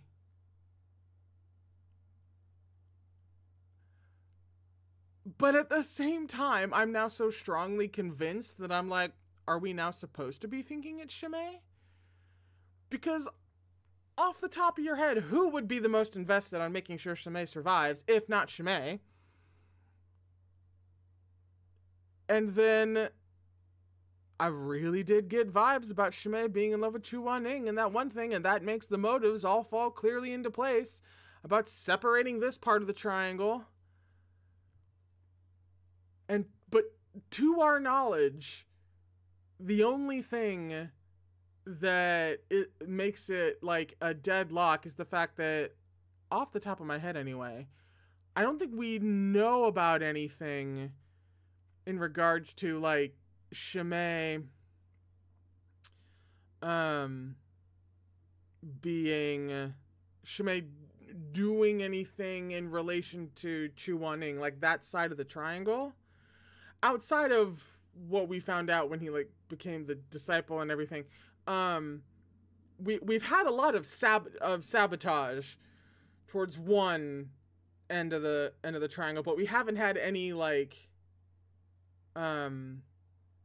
influence from Shimei like making Chu Wan-ning love him. I don't think, to our knowledge.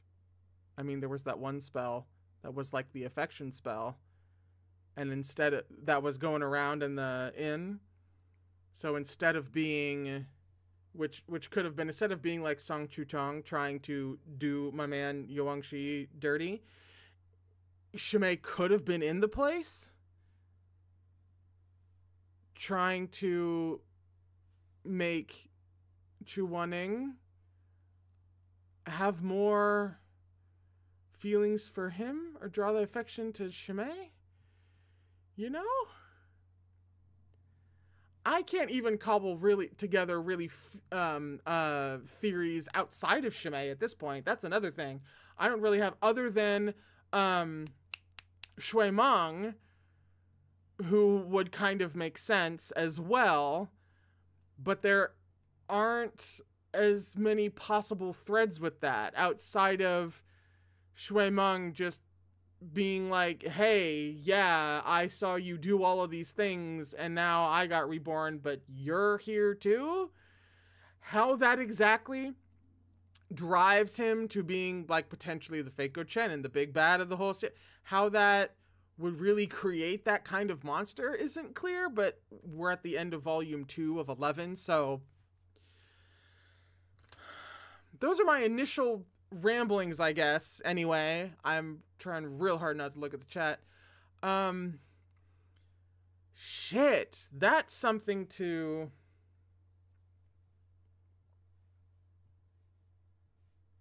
sit on for a little while. That gets to gnaw at me for a good second. Because we're going to watch Guardian. We're going to read Guardian between this. Oh. I understand why there were people who suggested that I also read Volume 3, like, immediately after this. And I can understand why you would say that to me. I fully understand why you would do that. But on the other hand, I kind of love having to sit on this for a little while. Having this puzzle just kind of sitting in the back of my head. I do kind of like that, I'm not gonna lie. And I'm a very impatient person. I want to know everything right now. But I kind of like the suspense, getting to really sit with it for just a little while before we start to get some more answers with volumes 3 and 4.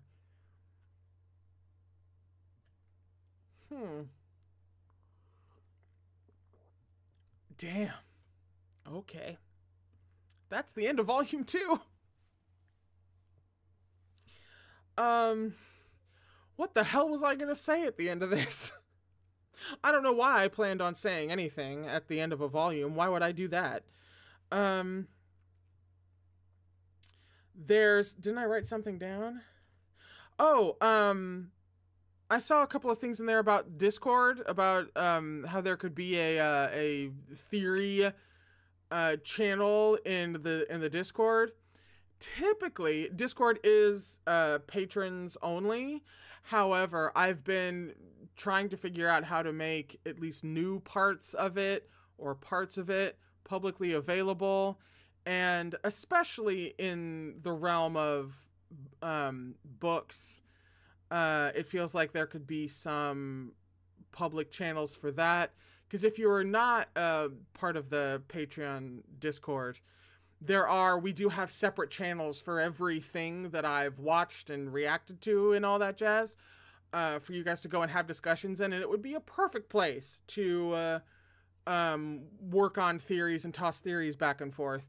But it is currently private. I will, since I've been contemplating it for so long, I think I know how I would set it up, especially just a really easy Erha public thread for you guys. So I will look into setting that up as soon as possible, hopefully over the weekend, because it should only take me like 2 seconds to figure out how that would work, I believe. So I will definitely look into that. There was something else that I was going to say at the end of this volume. And aside from we're reading Guardian, I really can't remember what I was going to say. It kind of intrigued me right out of my skull. I don't know. We're at the end of this volume, and we get to dive into Guardian next week. I am deeply excited about that. That's what I was going to say. I have, obviously, volumes 1 and 2 of Erha. Volume 5 is being sent to me by a lovely Patreon, and may have actually wound it up here today. I can pick up individual volumes over time. That's more feasible for me.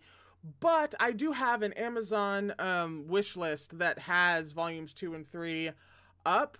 I will link you guys potentially right now. If anybody is feeling like they want to help out and send me a couple of volumes of Erha, that would really help me out financially and also anxiety-wise. So that I can have kind of everything in the near future that's being covered and all that jazz. I know how to get you guys a link to that right now. Here it comes, actually. Aha. And then where are you guys? There we are. That is the wish list. And at the top should be the next 2 volumes of Erha. And then the 5th one is taken. And so I'll wait a little bit to put up any next ones. But just for the immediate future, that would be really, really helpful for you guys. And it's actually pretty incredible, because I have this wish list going for a while now. It's been pretty incredible. Basically everything that I have, all the volumes of the danmei novels that I have, MXTX and Priest and Guardian and everything, has been sent by you guys. And that's not cheap. And that's a little astounding. And it's a bit wild. So sending this to you, I I don't know what to say at moments like this. It's just really fucking nice of you guys. That is it for all of this. Thank you so much for coming along on volumes 1 and 2. For Erha, I will see you in a couple, 3 months, depending on how long it takes to get through Guardian. And then we will pick up Erha where we left off. If you guys are excited about Guardian, so the hell am I, and I will see you next week. Same time, same setup, Tuesday, Thursdays. I hope you guys are going into a beautiful weekend, and I hope to see you guys next week for Guardian. Thank you so, so much. I love you guys so, so much. Please take care of yourselves, and I will see you guys for my very first Priest novel experience next week.